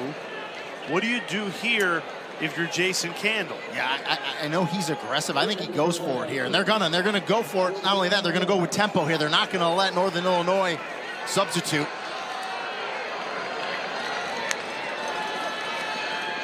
And right into the belly of Stewart. Needed 2, got 2 to keep the drive alive. Yeah, just enough. Needed to get to the 14. He got beyond it. And I just like the aggressiveness out of Jason Candle there. No hesitation whatsoever. So a fresh set of downs. Toledo in the red zone trying to punch it in. Right back to Stewart. Takes it to the 10-yard line. Stewart's got a nice burst. Again, we talked about him being banged up earlier this year, so it's nice to have him back and his burst in there from that running back position. Officials timeout for an injured defensive player. Tyler Jackson stays down after the tackle. It's interesting, Rini, we have not seen Penny Boone since the fumble that was returned for a touchdown. Yeah. I was a message is being sent by Coach Candle to Penny Boone. This is Penny Boone territory, though. Yeah, and so we've seen Wallensack, right, the true freshman, get in there, and he's in there right now. So, yeah, I don't, you know, I'm looking here, I don't see Penny Boone banged up or anything like that. So I just, you know, you gotta hold the football, and he's right outside the huddle. So I think Coach Candle will go back to him because I'm with you. He's your big bruiser. He's had a great season, and listen, I'm a former running back. No one wants to fumble the ball worse, you know, than a running back. You just hate it. You just feel like you let your entire team down, the offense down, but it happens in the game. Just happened to be his wound up getting returned for a 50-yard touchdown, right? So it even adds, you know, more salt to the wound. But you got to get him back in there, though. You got to get him some carries and brush it off. Yeah, they stay with the true freshman from Perrysburg, Ohio. Connor Wallensack in the backfield. 2nd and 7 from the Huskies' 10-yard line. Jason Candle's offense leads the country in red zone touchdowns. This is where they execute at their best.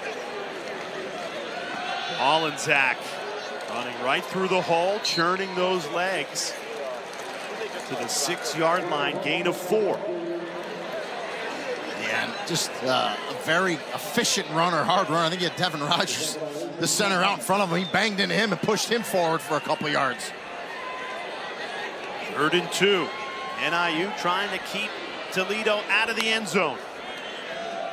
Finn kept it, in trouble, throws, it's caught. Enough for the first down. I mean, Dalton Andrews, his first catch of the day, is a big one to keep the drive alive, 1st and goal. And what an outstanding play by Daquan Finn. I mean, he should be sacked. Lafayette, I believe, had him in the grasp, and he's able to fight off that, avoid the sack, get it to the receiver to pick up the 1st down. Tremendous play by Daquan Finn. Yeah, flings it over to Andrews. Now a fresh set of downs from the NIU 2. Wallensack into the end zone. Easy touchdown for the true freshman, Connor Wallensack.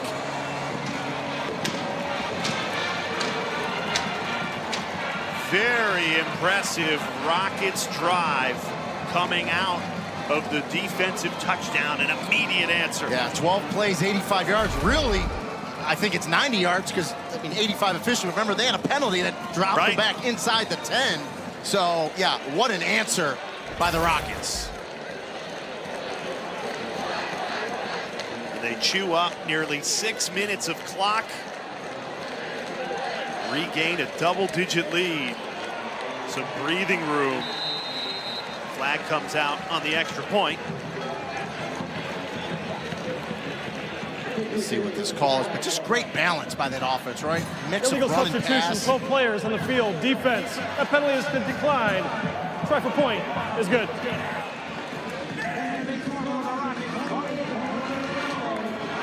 Jason Candle has to be happy with that drive. Yeah, you know, they needed to answer there, and they did it. And again, you know, Daquan Finn looks outstanding. He's able to avoid a sack, pick up that 1st down on that last play. Going with the young running back, Wallensack, making some runs in there as well, and that offensive line controlling the line of scrimmage against a very good Northern Illinois defensive line that we really haven't talked about a lot today.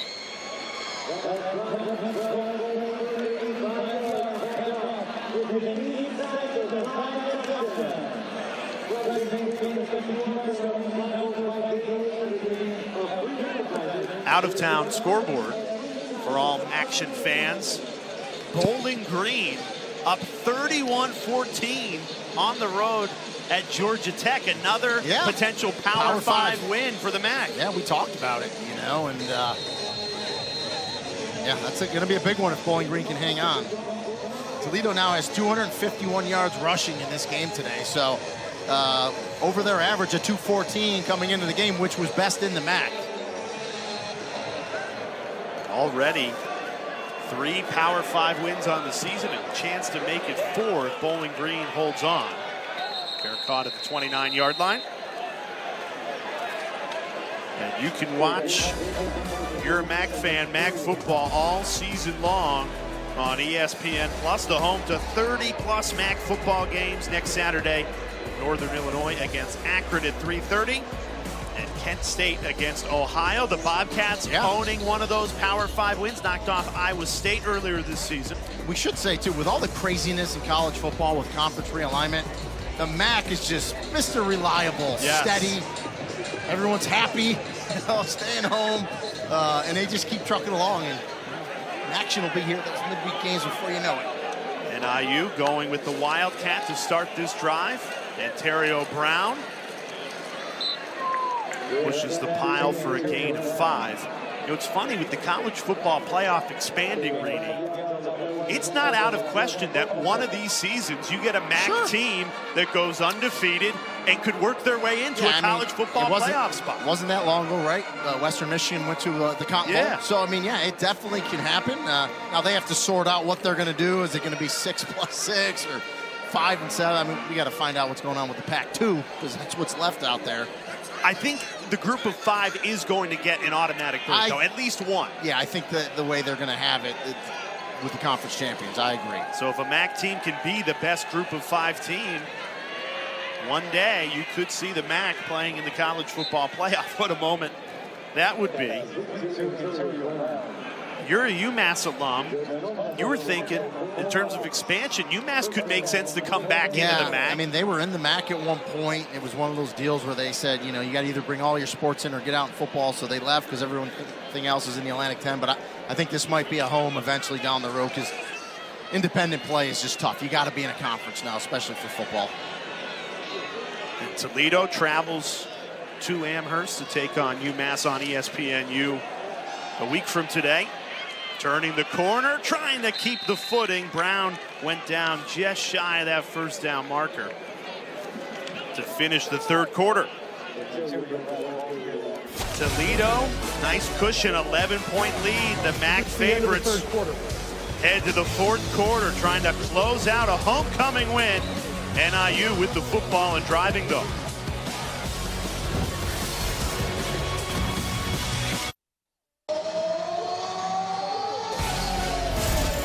Some Saturday action at the end of September, the start of the fourth quarter. Toledo, a 28-17 lead. Rini Angolia, Jay Alter with you. Northern Illinois with the football, driving to start this fourth quarter. At the 50-yard line, Rocky Lombardi and company trying to make this a one-score game. They go with the Wildcat.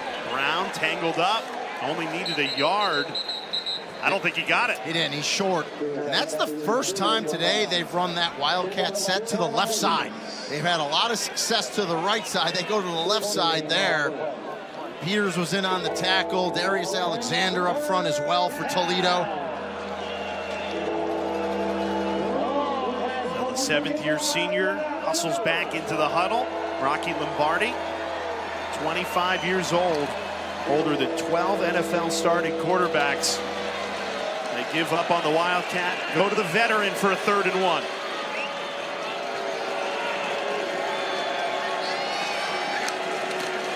Lombardi to Brown. Dives forward, needed 1, got 2. So that'll move the chains at the start of this fourth quarter. NIU desperately needed that first down. Good job by Brown. Lower those shoulders. Know what he needs to get to pick it up. He does so. Running behind your pads. Good level there by Ontario Brown. That's the first 3rd down conversion for this Huskies offense since the first drive of the game.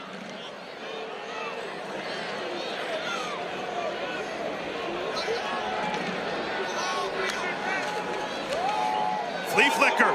Lombardi loads up. Ruckowitz catches it. Some trickery. Gains 20. And the Huskies are in business. Well, and Toledo did a good job covering the deep shot. The deep shot was covered, so Lombardi has to go to his second read. Still a nice pickup as he finds Ruckowitz down that right sideline. Nate Bauer comes over from the safety position to make the tackle. So not the home run they wanted, but a nice big pickup nonetheless. 7th play of the drive. Right back to Brown. This time he keeps it. Instead of pitching it back, no gain. Nate Bauer on the stop. He had a fumble recovery in the red zone earlier today for Toledo. So really veteran, elite secondary for the Rockets, not just in the passing game, but in the run game. I was going to say the safeties are really good in the run game. Nate Bauer, Maxon Hook, Zachary Ford, they will come up in run support. Very good tacklers. Lombardi goes under center. 2nd and 10. On the jet sweep, totally blown up in the backfield. A huge loss of 5. Will set up 3rd and long. Jeremiah Peters shot out of a cannon. And he had a TFL like that in the first half, if you remember. He's very quick off the edge. Sniffs it out right away. This is called setting the edge. He comes upfield. Great recognition. He reads it, recognizes it, and reacts to it as he makes that tackle for the loss. Big play by Jeremiah Peters. And it sets up an even bigger play at the start of this fourth quarter. 3rd and 15.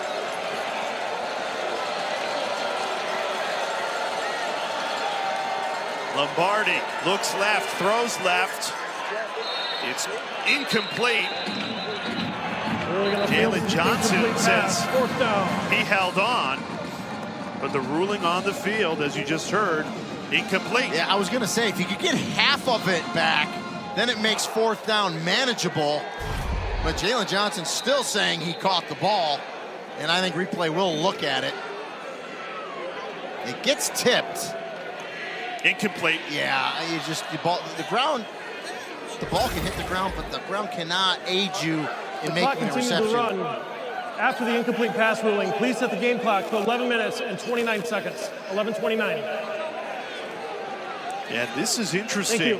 A 49-yard field goal attempt for Cannon Woodle, who was not the starter before today, making his debut for the season.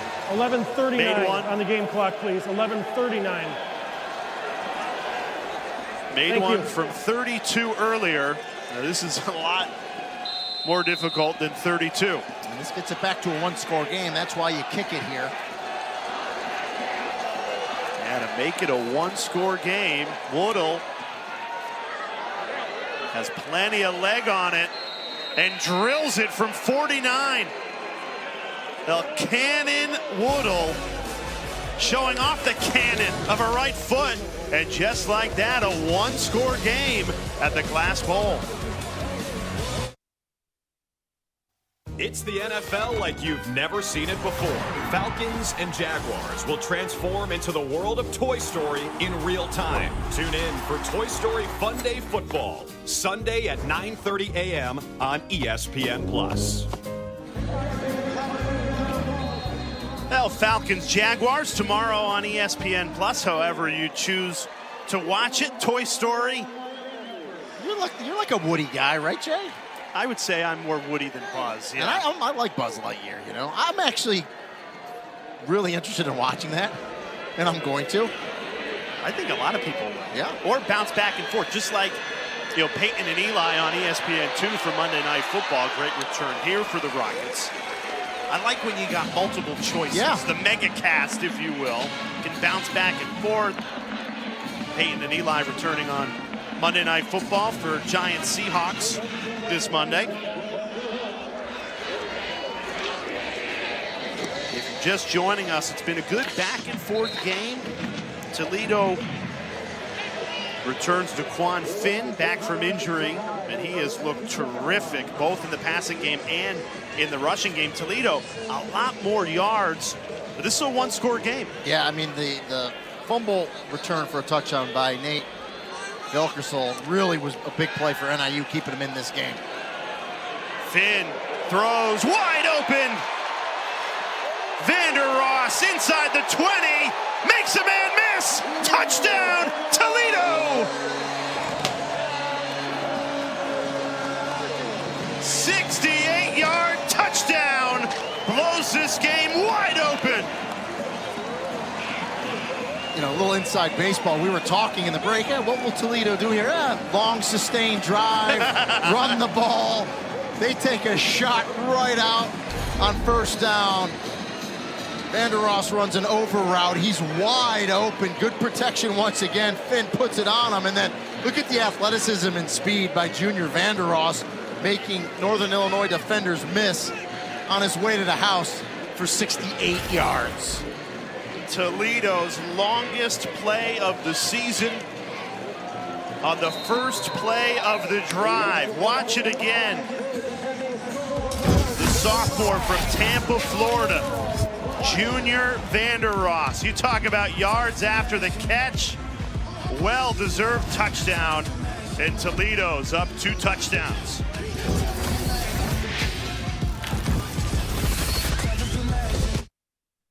Welcome to the new open web, where combining both offline and online measurement is the new standard, so you can see the full impact of your media spend. Viant, built for the new open web. Built for now.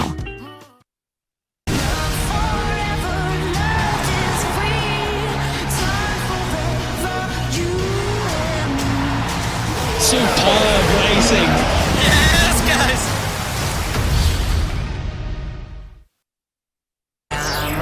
Here's where legends are born. And every match is a spectacle. A celebration like no other. For the love of football. For the love of La Liga.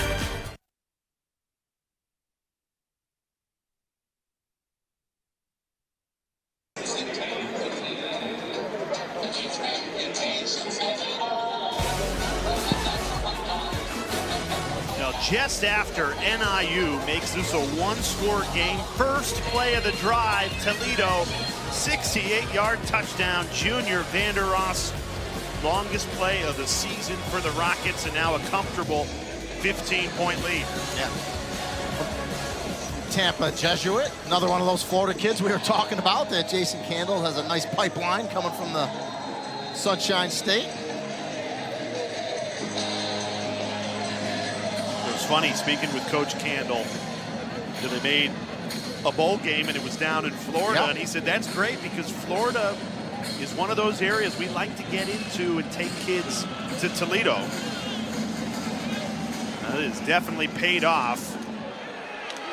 NIU with a big mountain to climb here in the fourth quarter. Let's take another look at that touchdown because this really is a breakdown in the secondary. Yeah, so Vander Ross is going to be up on top in that kind of bunch set. You're going to look at the safety, Nate Valkersel, in the middle. He's going to come up and play the flat. A little miscommunication there as he comes up. Vander Ross is just going to take that spot. He vacates with an over route. Good protection by the offensive line. Finn recognizes it, puts it on Vander Ross, and then just speed and athleticism on his way to the house. He catches that ball at the 45-yard line. It would have been a broken play, but still, NIU, you feel like you should keep him out of the end zone there.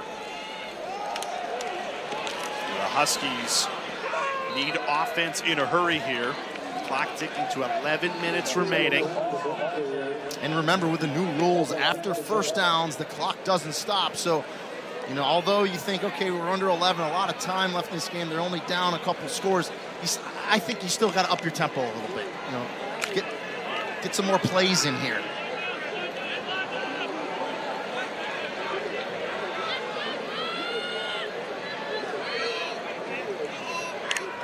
Lombardi set to throw, quick trigger for the first down.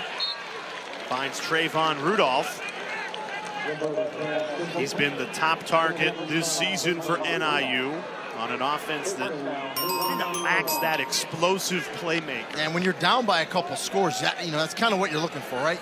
If you're going to go underneath right there, yeah, pick up the first down, you stay there. But if you're Toledo, you're fine with that. You're just going to come up and make sure you make sure tackles do not give up that big, you know, chunk play to Northern Illinois. If they're going to score, you need to make them earn it and use a lot of time.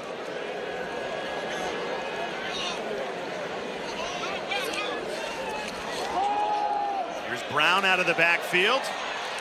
He's got a great burst. Cuts in, takes that for 14. Another Huskies first down. And he's down, and Brown stays down. For injured offensive player. Hope he's okay, and you're right, he does have a tremendous burst. Timeout on the field. We'll take the timeout as well. NIU driving down 15.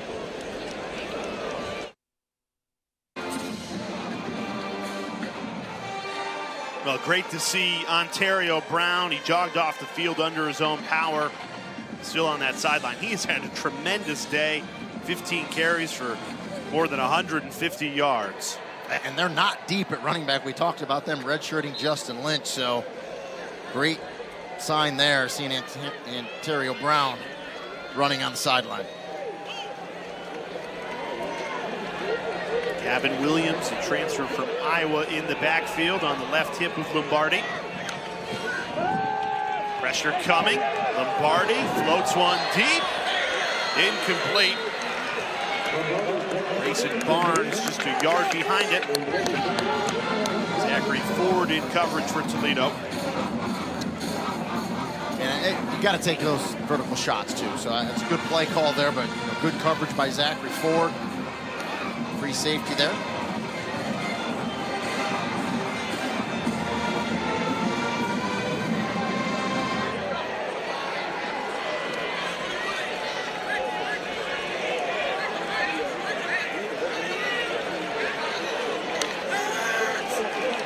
There's Lombardi taking another deep shot. Incomplete. 2 flags down. Well, the field judge, I think, is going to call offensive pass interference because it looked like Rudolph pushed off and got separation. The back judge is going to come in here. They're going to talk, but I think they might have gotten Trayvon Rudolph, 85, with offensive pass interference against R.J. Delancey, but we'll see. Rudolph's got his shoulder pad out. Defense, number 4. And I was wrong. 15-yard penalty, automatic first down. And the only reason I say that is his shoulder pad. So I think, and you hear the crowd agrees with me, so shocker. The Toledo crowd? So it looks like you might, and Jason Candle agrees with me, so you had probably the pull first. So they call it right there. That's what they call it. And then you see that little bit of a separation. But I'm okay with that call because there was a tug first that pulled Rudolph off his route. So I'm totally fine with that pass interference call. So a 1st and 10 now from the Toledo 24. Not that it matters what I care, in my opinion, as an analyst. Big opportunity for Lombardi to make this a one-score game again. Bring the Huskies within striking distance.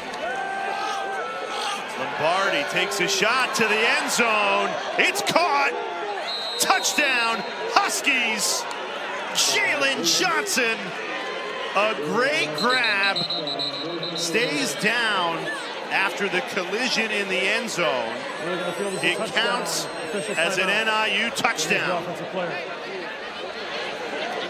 He was going full speed. Makes the grab in stride. Yeah, what a throw by Rocky Lombardi. Watch him zip this thing in there.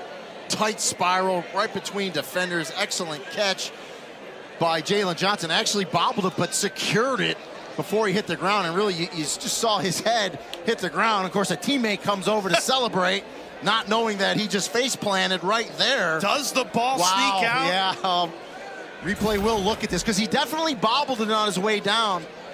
I thought he secured it, but we'll figure it out. I think it might have snuck out on that look. The replay officials will take a look while Johnson's down. We'll step aside.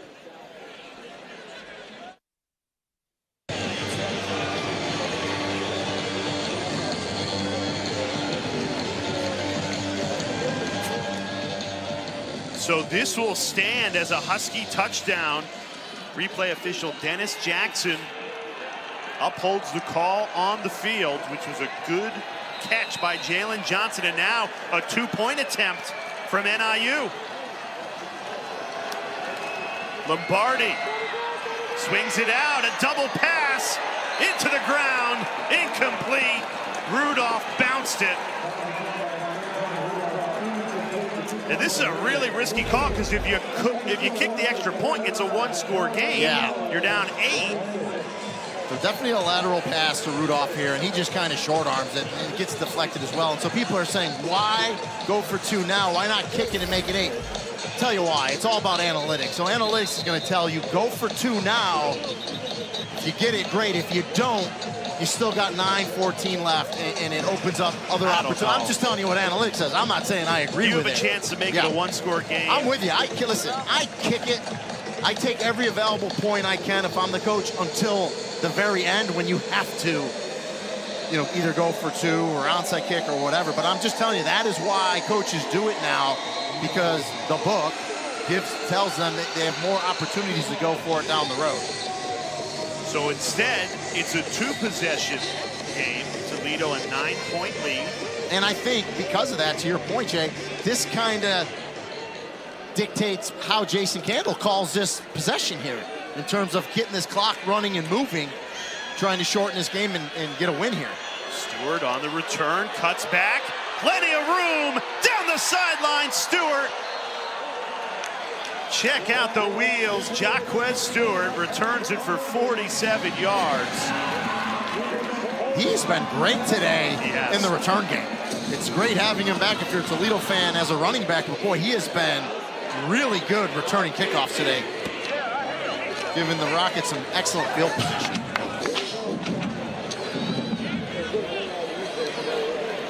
Yeah, unofficially, because we're faster than the official scorekeepers here, 118 yards on returns today for Jaquez Stewart. It's a pretty nice job. Especially when you consider he's missed the last 3 weeks with a nagging injury. He looks really good today. Connor Wallensack, freshman running back, who scored a touchdown earlier this half, bottled up only a gain of 1. And I know what you're thinking, Jay, too. Like, no Penny Boone, right? after that fumble. Has not come back into the game since the fumble that went for a Huskies touchdown.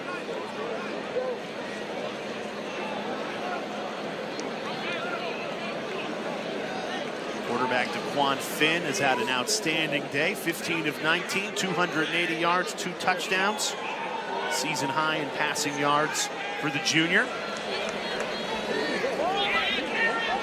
Led this Rockets team to a MAC championship a year ago, trying to go back-to-back. Right back to Wallensack, pushes that pile for a gain of 2. You know, it's funny, the last team that won back-to-back MAC championships was Northern Illinois when they did it in 2011 and 2012. So it's tough to win this league 2 years in a row. It's a deep league, a lot of good teams for sure.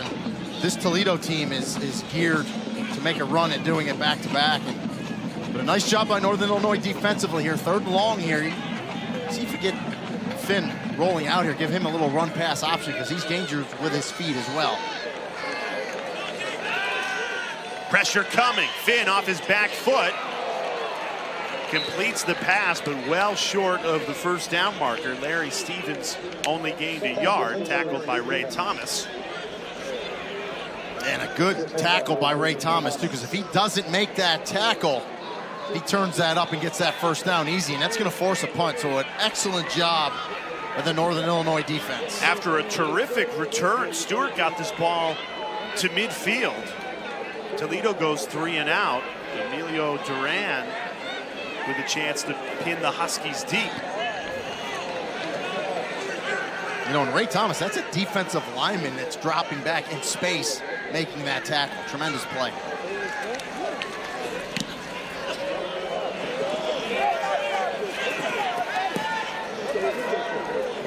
Well, takes a bounce inside the 5, and Toledo pins it at the 2. Ruckowitz let it bounce. He should have fielded this ball in the air. It was kind of knuckling on him, and I just think he got nervous at the end, and you saw him put his head down and look at the defenders, but that's a ball that, we talked about Vandeross on the other end, that you need to catch that, and because you don't, it goes inside the 5-yard line, and what the referee said, it was first touch at the 4, although it was down to the 2, so it's a rule of first touch. It goes to the 4-yard line. So going back to the Huskies' decision to go for 2 after the touchdown, you'd have the ball now down 8 if you kick the extra point, a chance to tie the game. Now you still need 2 scores, and you have a long field in front of you. I agree with you. Lombardi out of his own end zone, rolls left, throws, incomplete. It'll at least stop the clock, because now the clock starts working against you when you know you need 2 scores. Listen, I agree with you wholeheartedly. I think when you get a chance to kick an extra point to make it a 1-score game, you do it, right? I'm just telling you, from talking to offensive coaches and talking to head coaches throughout the country, and you know this too, it's a big push with analytics, and a lot of the analytics say you go for 2 early, and that lets you know what you have to do the rest of the game. But I agree with you, Jay. Ontario Brown back into the game for NIU. 152 yards rushing for the junior today. They give it to him, and he is wrapped up. Dan Bolden. He has been automatic for Toledo today. 7 tackles. 2 of those for loss, including this one. Yeah, exactly what you want out of your Sam linebacker. He's going to scrape inside 31. Watch him scrape inside and underneath everything. Avoid getting blocked. Comes underneath the block of the lineman, gets to Brown for the TFL. He told his story in the first half. Tore his ACL in 2021, tore his Achilles in 2022, now in 2023, making big plays in the middle of this Rockets defense. Toledo showing pressure. Here's pinned back on a 3rd and 10. Lombardi dials up a deep shot, gives it plenty of air, but not enough.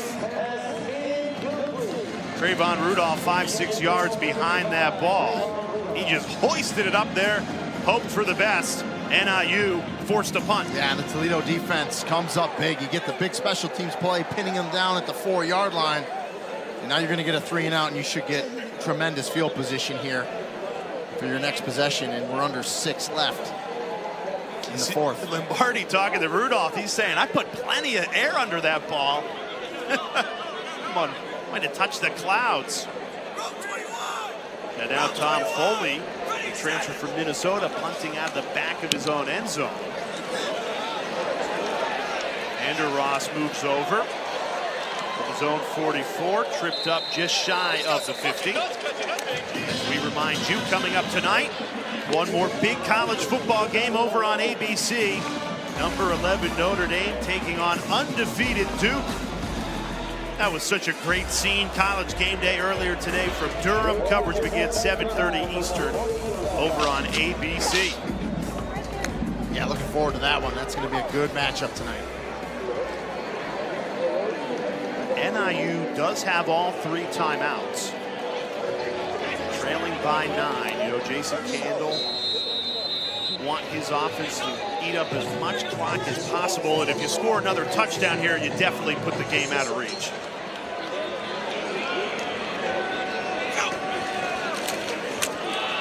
Keep it on the ground with Stewart. He's met for a gain of 2. Good cut by Stewart. Looked like he was going to have some room there, but nice job of that NIU defense. At what point, if you're the Huskies, do you start calling those timeouts? Well, you try to get a 3 and out here, so I don't think you'll use any on this possession right here. And Toledo's going to use all the time here, but again, that's the big thing. You talked about it, and it's going to drive you nuts. They're still down by 2 possessions. Like, that's the issue. So and they may decide to use one after this play if they can get a tackle before a first down. Stewart running behind blockers. Sets up a 3rd and 2. And they used one, so Coach Hammock used one. So and that's risky, right? You use one there, and I get it. You got to use them, but now, as you said, 3rd and 2. So if you're Toledo, you got to get this first down. First charge timeout, Northern Illinois. 30 seconds in length. Please set the game clock to 4 minutes, 48 seconds, 4:48. Thank you. Now, when you have a big lead and you have a powerful run game, which Toledo does, especially when you factor in the quarterback, Zaquan Finn, you just have an ability to put games away, especially with the new clock rules. Toledo, mark my words, they're going to be a tough team to come back on. Listen, I've said it before. If you ever heard me call a game, you throw the ball to score points, but you run the ball to win games. And that means you close them out, running the ball, getting first downs, getting that clock running, and just kind of taking the will away from the defense. Penny Boone back into the game. First appearance since he fumbled that football, which was returned 50 yards for a Northern Illinois touchdown. I think he's going to run angry here, because I think he is. Just needs 2 yards to keep the drive alive. Not going to get there. Blown up in the backfield. Damon Taylor. Biggest stop of the game for NIU. Huskies burn that second timeout. And that's a blown call up front by Toledo, because watch Damon Taylor coming from the left side of the screen. No one blocks him. So you saw like a tight end come across the formation, and I don't know if they thought that was going to hold Damon Taylor Jr. up, slow him up a little bit. It did not. He shot through there like he should. Gets the Penny Boone for the tackle for the loss. So I think Jason Candle would have went for this if it's 4th and 2. I do too. But now that it's 4th and 6, you have the 9-point lead. You probably just punt this football away, play the field position game. Especially with what your defense just did and the fact that you're up by 2 scores. There's no doubt you punt this. But I'm with you. If he would have got stopped 4th and 1, 4th and 2, I think they would have went for it. But the big play by Damon Taylor, that tackle for the loss, kind of made the decision easy for Jason Candle. NIU down to 1 timeout. They do get the ball back. More than 4:30 left in this 4th quarter. Clock that time. Good job by Kasper Rutkowitz to come up and call the fair catch after he let one bounce behind him on the previous punt. So you have a real chance if you're Rocky Lombardi and NIU even if you get a field goal here, you can go for the onside kick. You have options because of the defensive efforts to force the punt. And their new kicker that was just put in today, Cannon Woodall, looks pretty good. We've seen him make a big one today, so. Connected from 49 yards.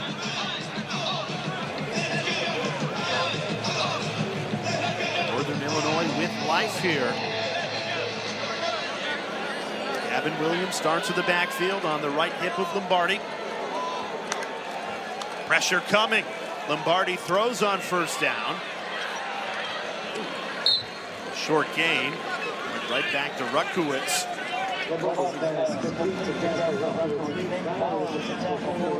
Huskies not exactly a tempo offense. They're going to have to find some here. Clock working against them, trailing by 9. Lombardi hits the check down again. This will go for a first down and more. Trying to hurdle. Getting out of bounds smartly. Chris McDonald was there to make the stop for Toledo. He said, "You're not going to hurdle me. I'm not going on Sports Center." And the block by Rutkowitz on the outside there allowed him to get down that left sideline for a nice chunk pickup. Exactly what Northern Illinois needs. Gain of 18. Lombardi throwing for third play in a row. It's caught in Toledo territory. Davis Patterson, a great grab, moves the chains again. 16-yard catch. And Lombardi can sling it, man. I mean, he can really zip it. Throws that one. That was an all-arm throw and puts it right on Patterson.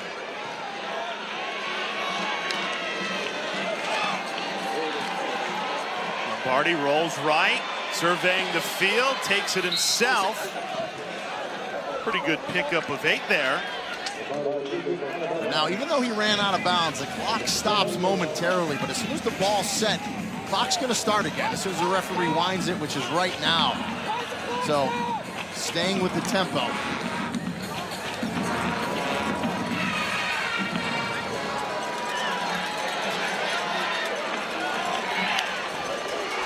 Lombardi, quick hitter. It's caught. Another first down on this drive for the Huskies. Rudolph the grab. 3 minutes remaining in this fourth quarter. NIU one timeout, trailing by 9.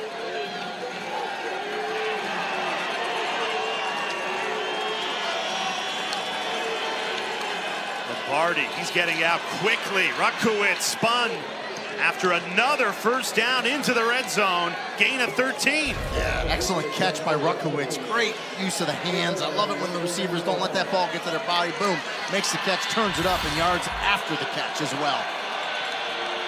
Lombardi throws over the middle, caught! Touchdown, Northern Illinois!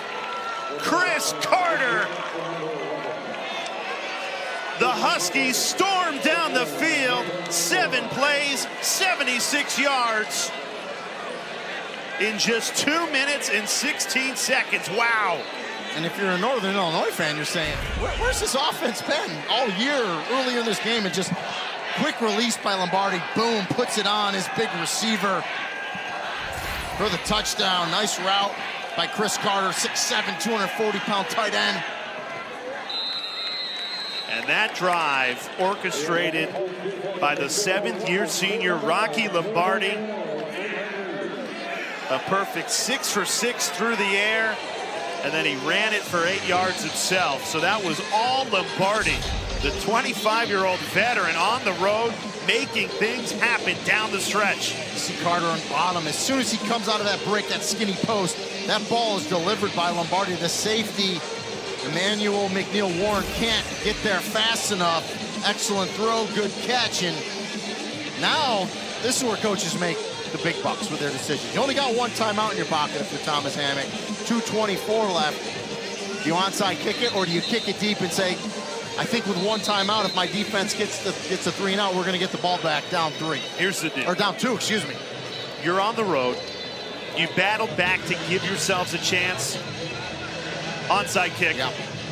Let it roll. Toledo had an opportunity to put this game away. Credit the Huskies defense. Came up with a big stop.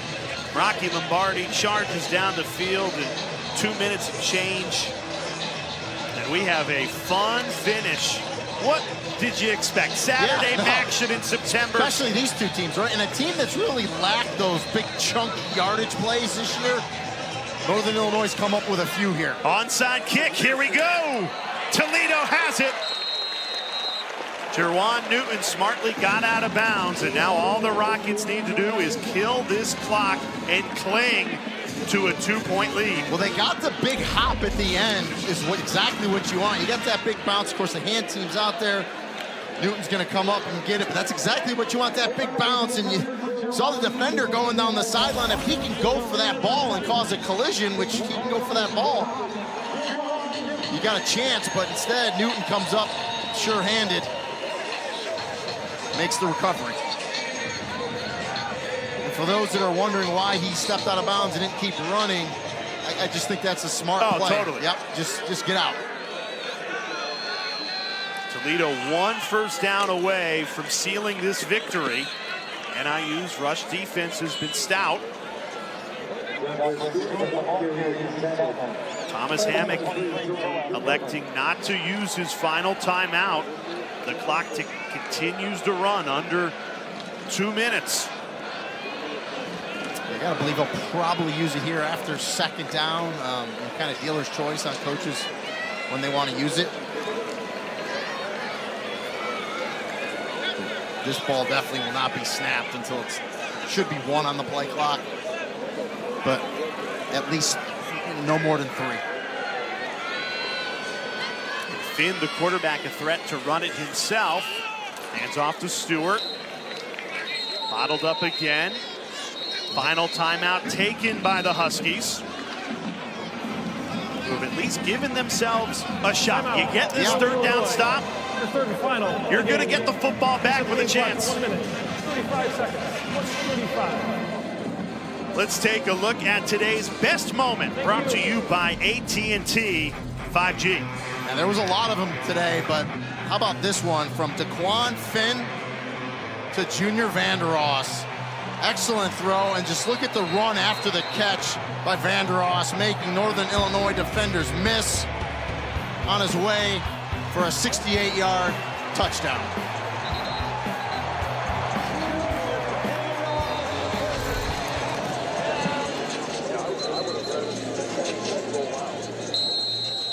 That gave Toledo a 35-20 lead. They looked comfortable, but NIU has roared back 13 unanswered, and now their defense trying to get one more stop in a 2-point game on the road. Penny Boone in the game, barreling forward, well short, only gained 2. Duran Gilbert the stop. This clock will run under a minute. I believe Jason Candle will call a timeout with 1 second left. They're going to punt this thing. And so Northern Illinois is going to get a shot. Down 2 here. At least going to get the ball back. Now, we expected a good game. The winner of this matchup has gone on to play in the MAC championship game 15 times in the last 26 years. You know, when you talk about historically the best 2 teams in the MAC, especially on the West, it's Toledo and Northern Illinois.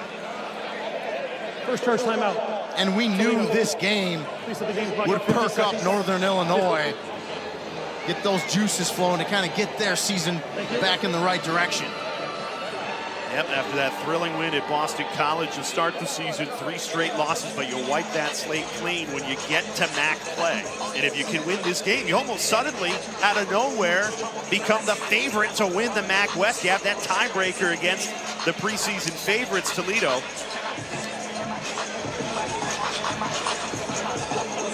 And there's no question when you look at who leads the MAC West. It's these 2 teams. Usually this game comes in November when you know the standings, you know the significance, but trust us, when you look at who's playing for a MAC championship, you'll look back to this date in September. You just said it. Although this game's early, it's just as important as when they play in November. It means just as much, and one of these teams is going to have a tiebreaker out of the West here. Elio Duran, the true freshman, on to try and pin the Huskies deep in their own territory. Puts plenty of air under it. Rukowitz comes up, makes the fair catch right at the 15. And now, can Rocky Lombardi do the impossible? 44 seconds left, no timeouts. Can you get in field goal range and give Cannon Woodall a chance? And remember, he made it from 49 yards earlier this game. And the other thing is, remember, they can still use the middle of the field. The clock will stop after a first down, okay? So, again, it's just a field goal, right? You know, I think give him a little legitimate shot. I think you want to probably get it to about the 35, I think. So we'll see. Here we go. On the last drive, Lombardi was terrific. A perfect 6 for 6, 68 yards. He got it out quickly. Pressure comes, Lombardi hoists it deep, and it's intercepted. It's going to be for naught, though. You're going to have there's a flag down. It's going to be offside, so Lombardi knew that. He had a free play. He took the shot. Emmanuel McNeil-Warren made the catch of the secondary, but NIU still has life. Offside. Defense number 35. 5-yard penalty. First down. Such a heads-up play from the 25-year-old, 7th-year senior. He knew he had the free play. That's Deshaun Holt at the top of the screen. He actually had to sit out the first half from a targeting call late in the game against Western Michigan. Just, you know, listening to the signals, comes off easy call for the officials, and a good job by Lombardi. Take that shot with that free play. No timeouts. Under 40 seconds to work with, trying to steal one on the road. Lombardi throws, and it's caught at the 35-yard line. Trayvon Rudolph, the Huskies scurrying to the line. Clock stops momentarily. Lombardi throws, incomplete. That'll stop the clock. 28 seconds remaining. He tried to go back shoulder there to Patterson. Patterson breaks the route towards the middle. Let's take a look. This is the play before. Ball is tipped in the air, and look at the concentration by the receiver Rudolph to make that grab.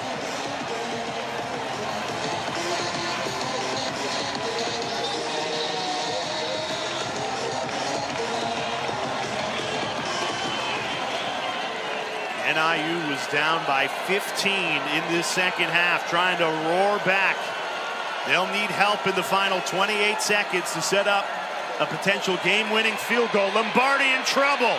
Throws, caught over the middle of the field. Davis Patterson. Probably want to spike this football quick, right? I definitely would. Now Lombardi's in the gun. Gonna try and get a playoff. 20 seconds left. Lombardi flushed out right, throws, no one home. Yeah, I'm with you, Jay. I think you spike it there, forget the down, just regroup. Listen, you only probably 17, 18 yards to give your kicker a shot to win this game. So, yeah, but, you know, they go for it there now. Incomplete pass, you can kind of regroup here. 14 seconds, you got about probably 2 plays to run, and then you can bring in the kick, but you got to be careful because if you do get a first down here in the middle of the field, you have to run up and spike. I mean, there's no question about it whatsoever.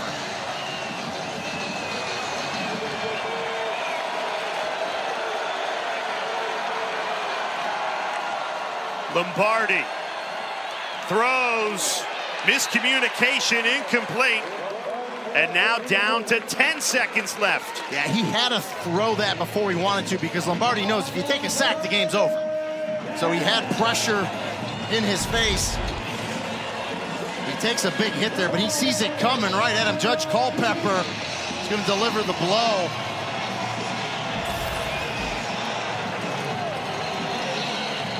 Now, if you're NIU, you probably got to get out of bounds. Yeah. To keep this game alive. Yeah, because to get into field goal range down the middle of the field, I just think it's going to take too much time then to run up and spike the ball. Toledo takes a timeout. Toledo, 30 seconds in length. You know, I mean, if you have something down the seam in the middle, okay, if Toledo's soft, and you can get it there right away, you can get it to the 35, 30-yard line, you go down, it's 7-8 seconds. Can you get your team there on the ball to spike it quick enough? That's the question, right? I mean, we'll see. That's the chess match that's going on right now between NIU offensive coordinator Eric Eidnes and defensive coordinator Vince Karras. You know, the X factor might be the right leg of Cannon Woodle, who before today had not attempted a field goal on the season. Jake Siebert had struggled, just 2 of 5. So they decide, okay, today's your day, Cannon. And he connected from 49 yards earlier. So can you get far enough downfield out of bounds to give Woodle a shot at winning this game, stealing this game on the road? Lombardi has to get rid of it quickly. Under pressure, escapes, trying to pick it up with his feet, and this game is over. That's the end of the game. Dallas Gant. Incredible play by the middle linebacker.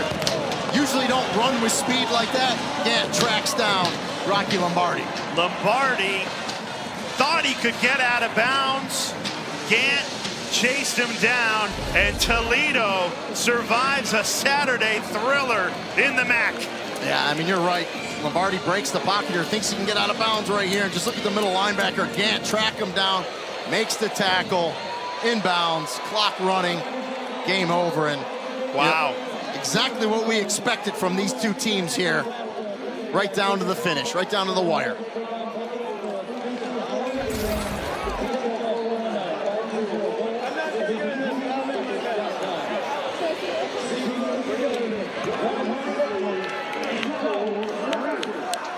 NIU gave themselves a shot.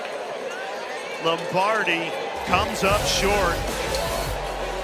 Credit Toledo, the reigning MAC champs, the favorites to win it again. You gotta win tough football games like this one. And they cling to a 35-33 win for Rini and Golia, our terrific crew. I'm Jay Alter saying so long, MACtion, a thriller.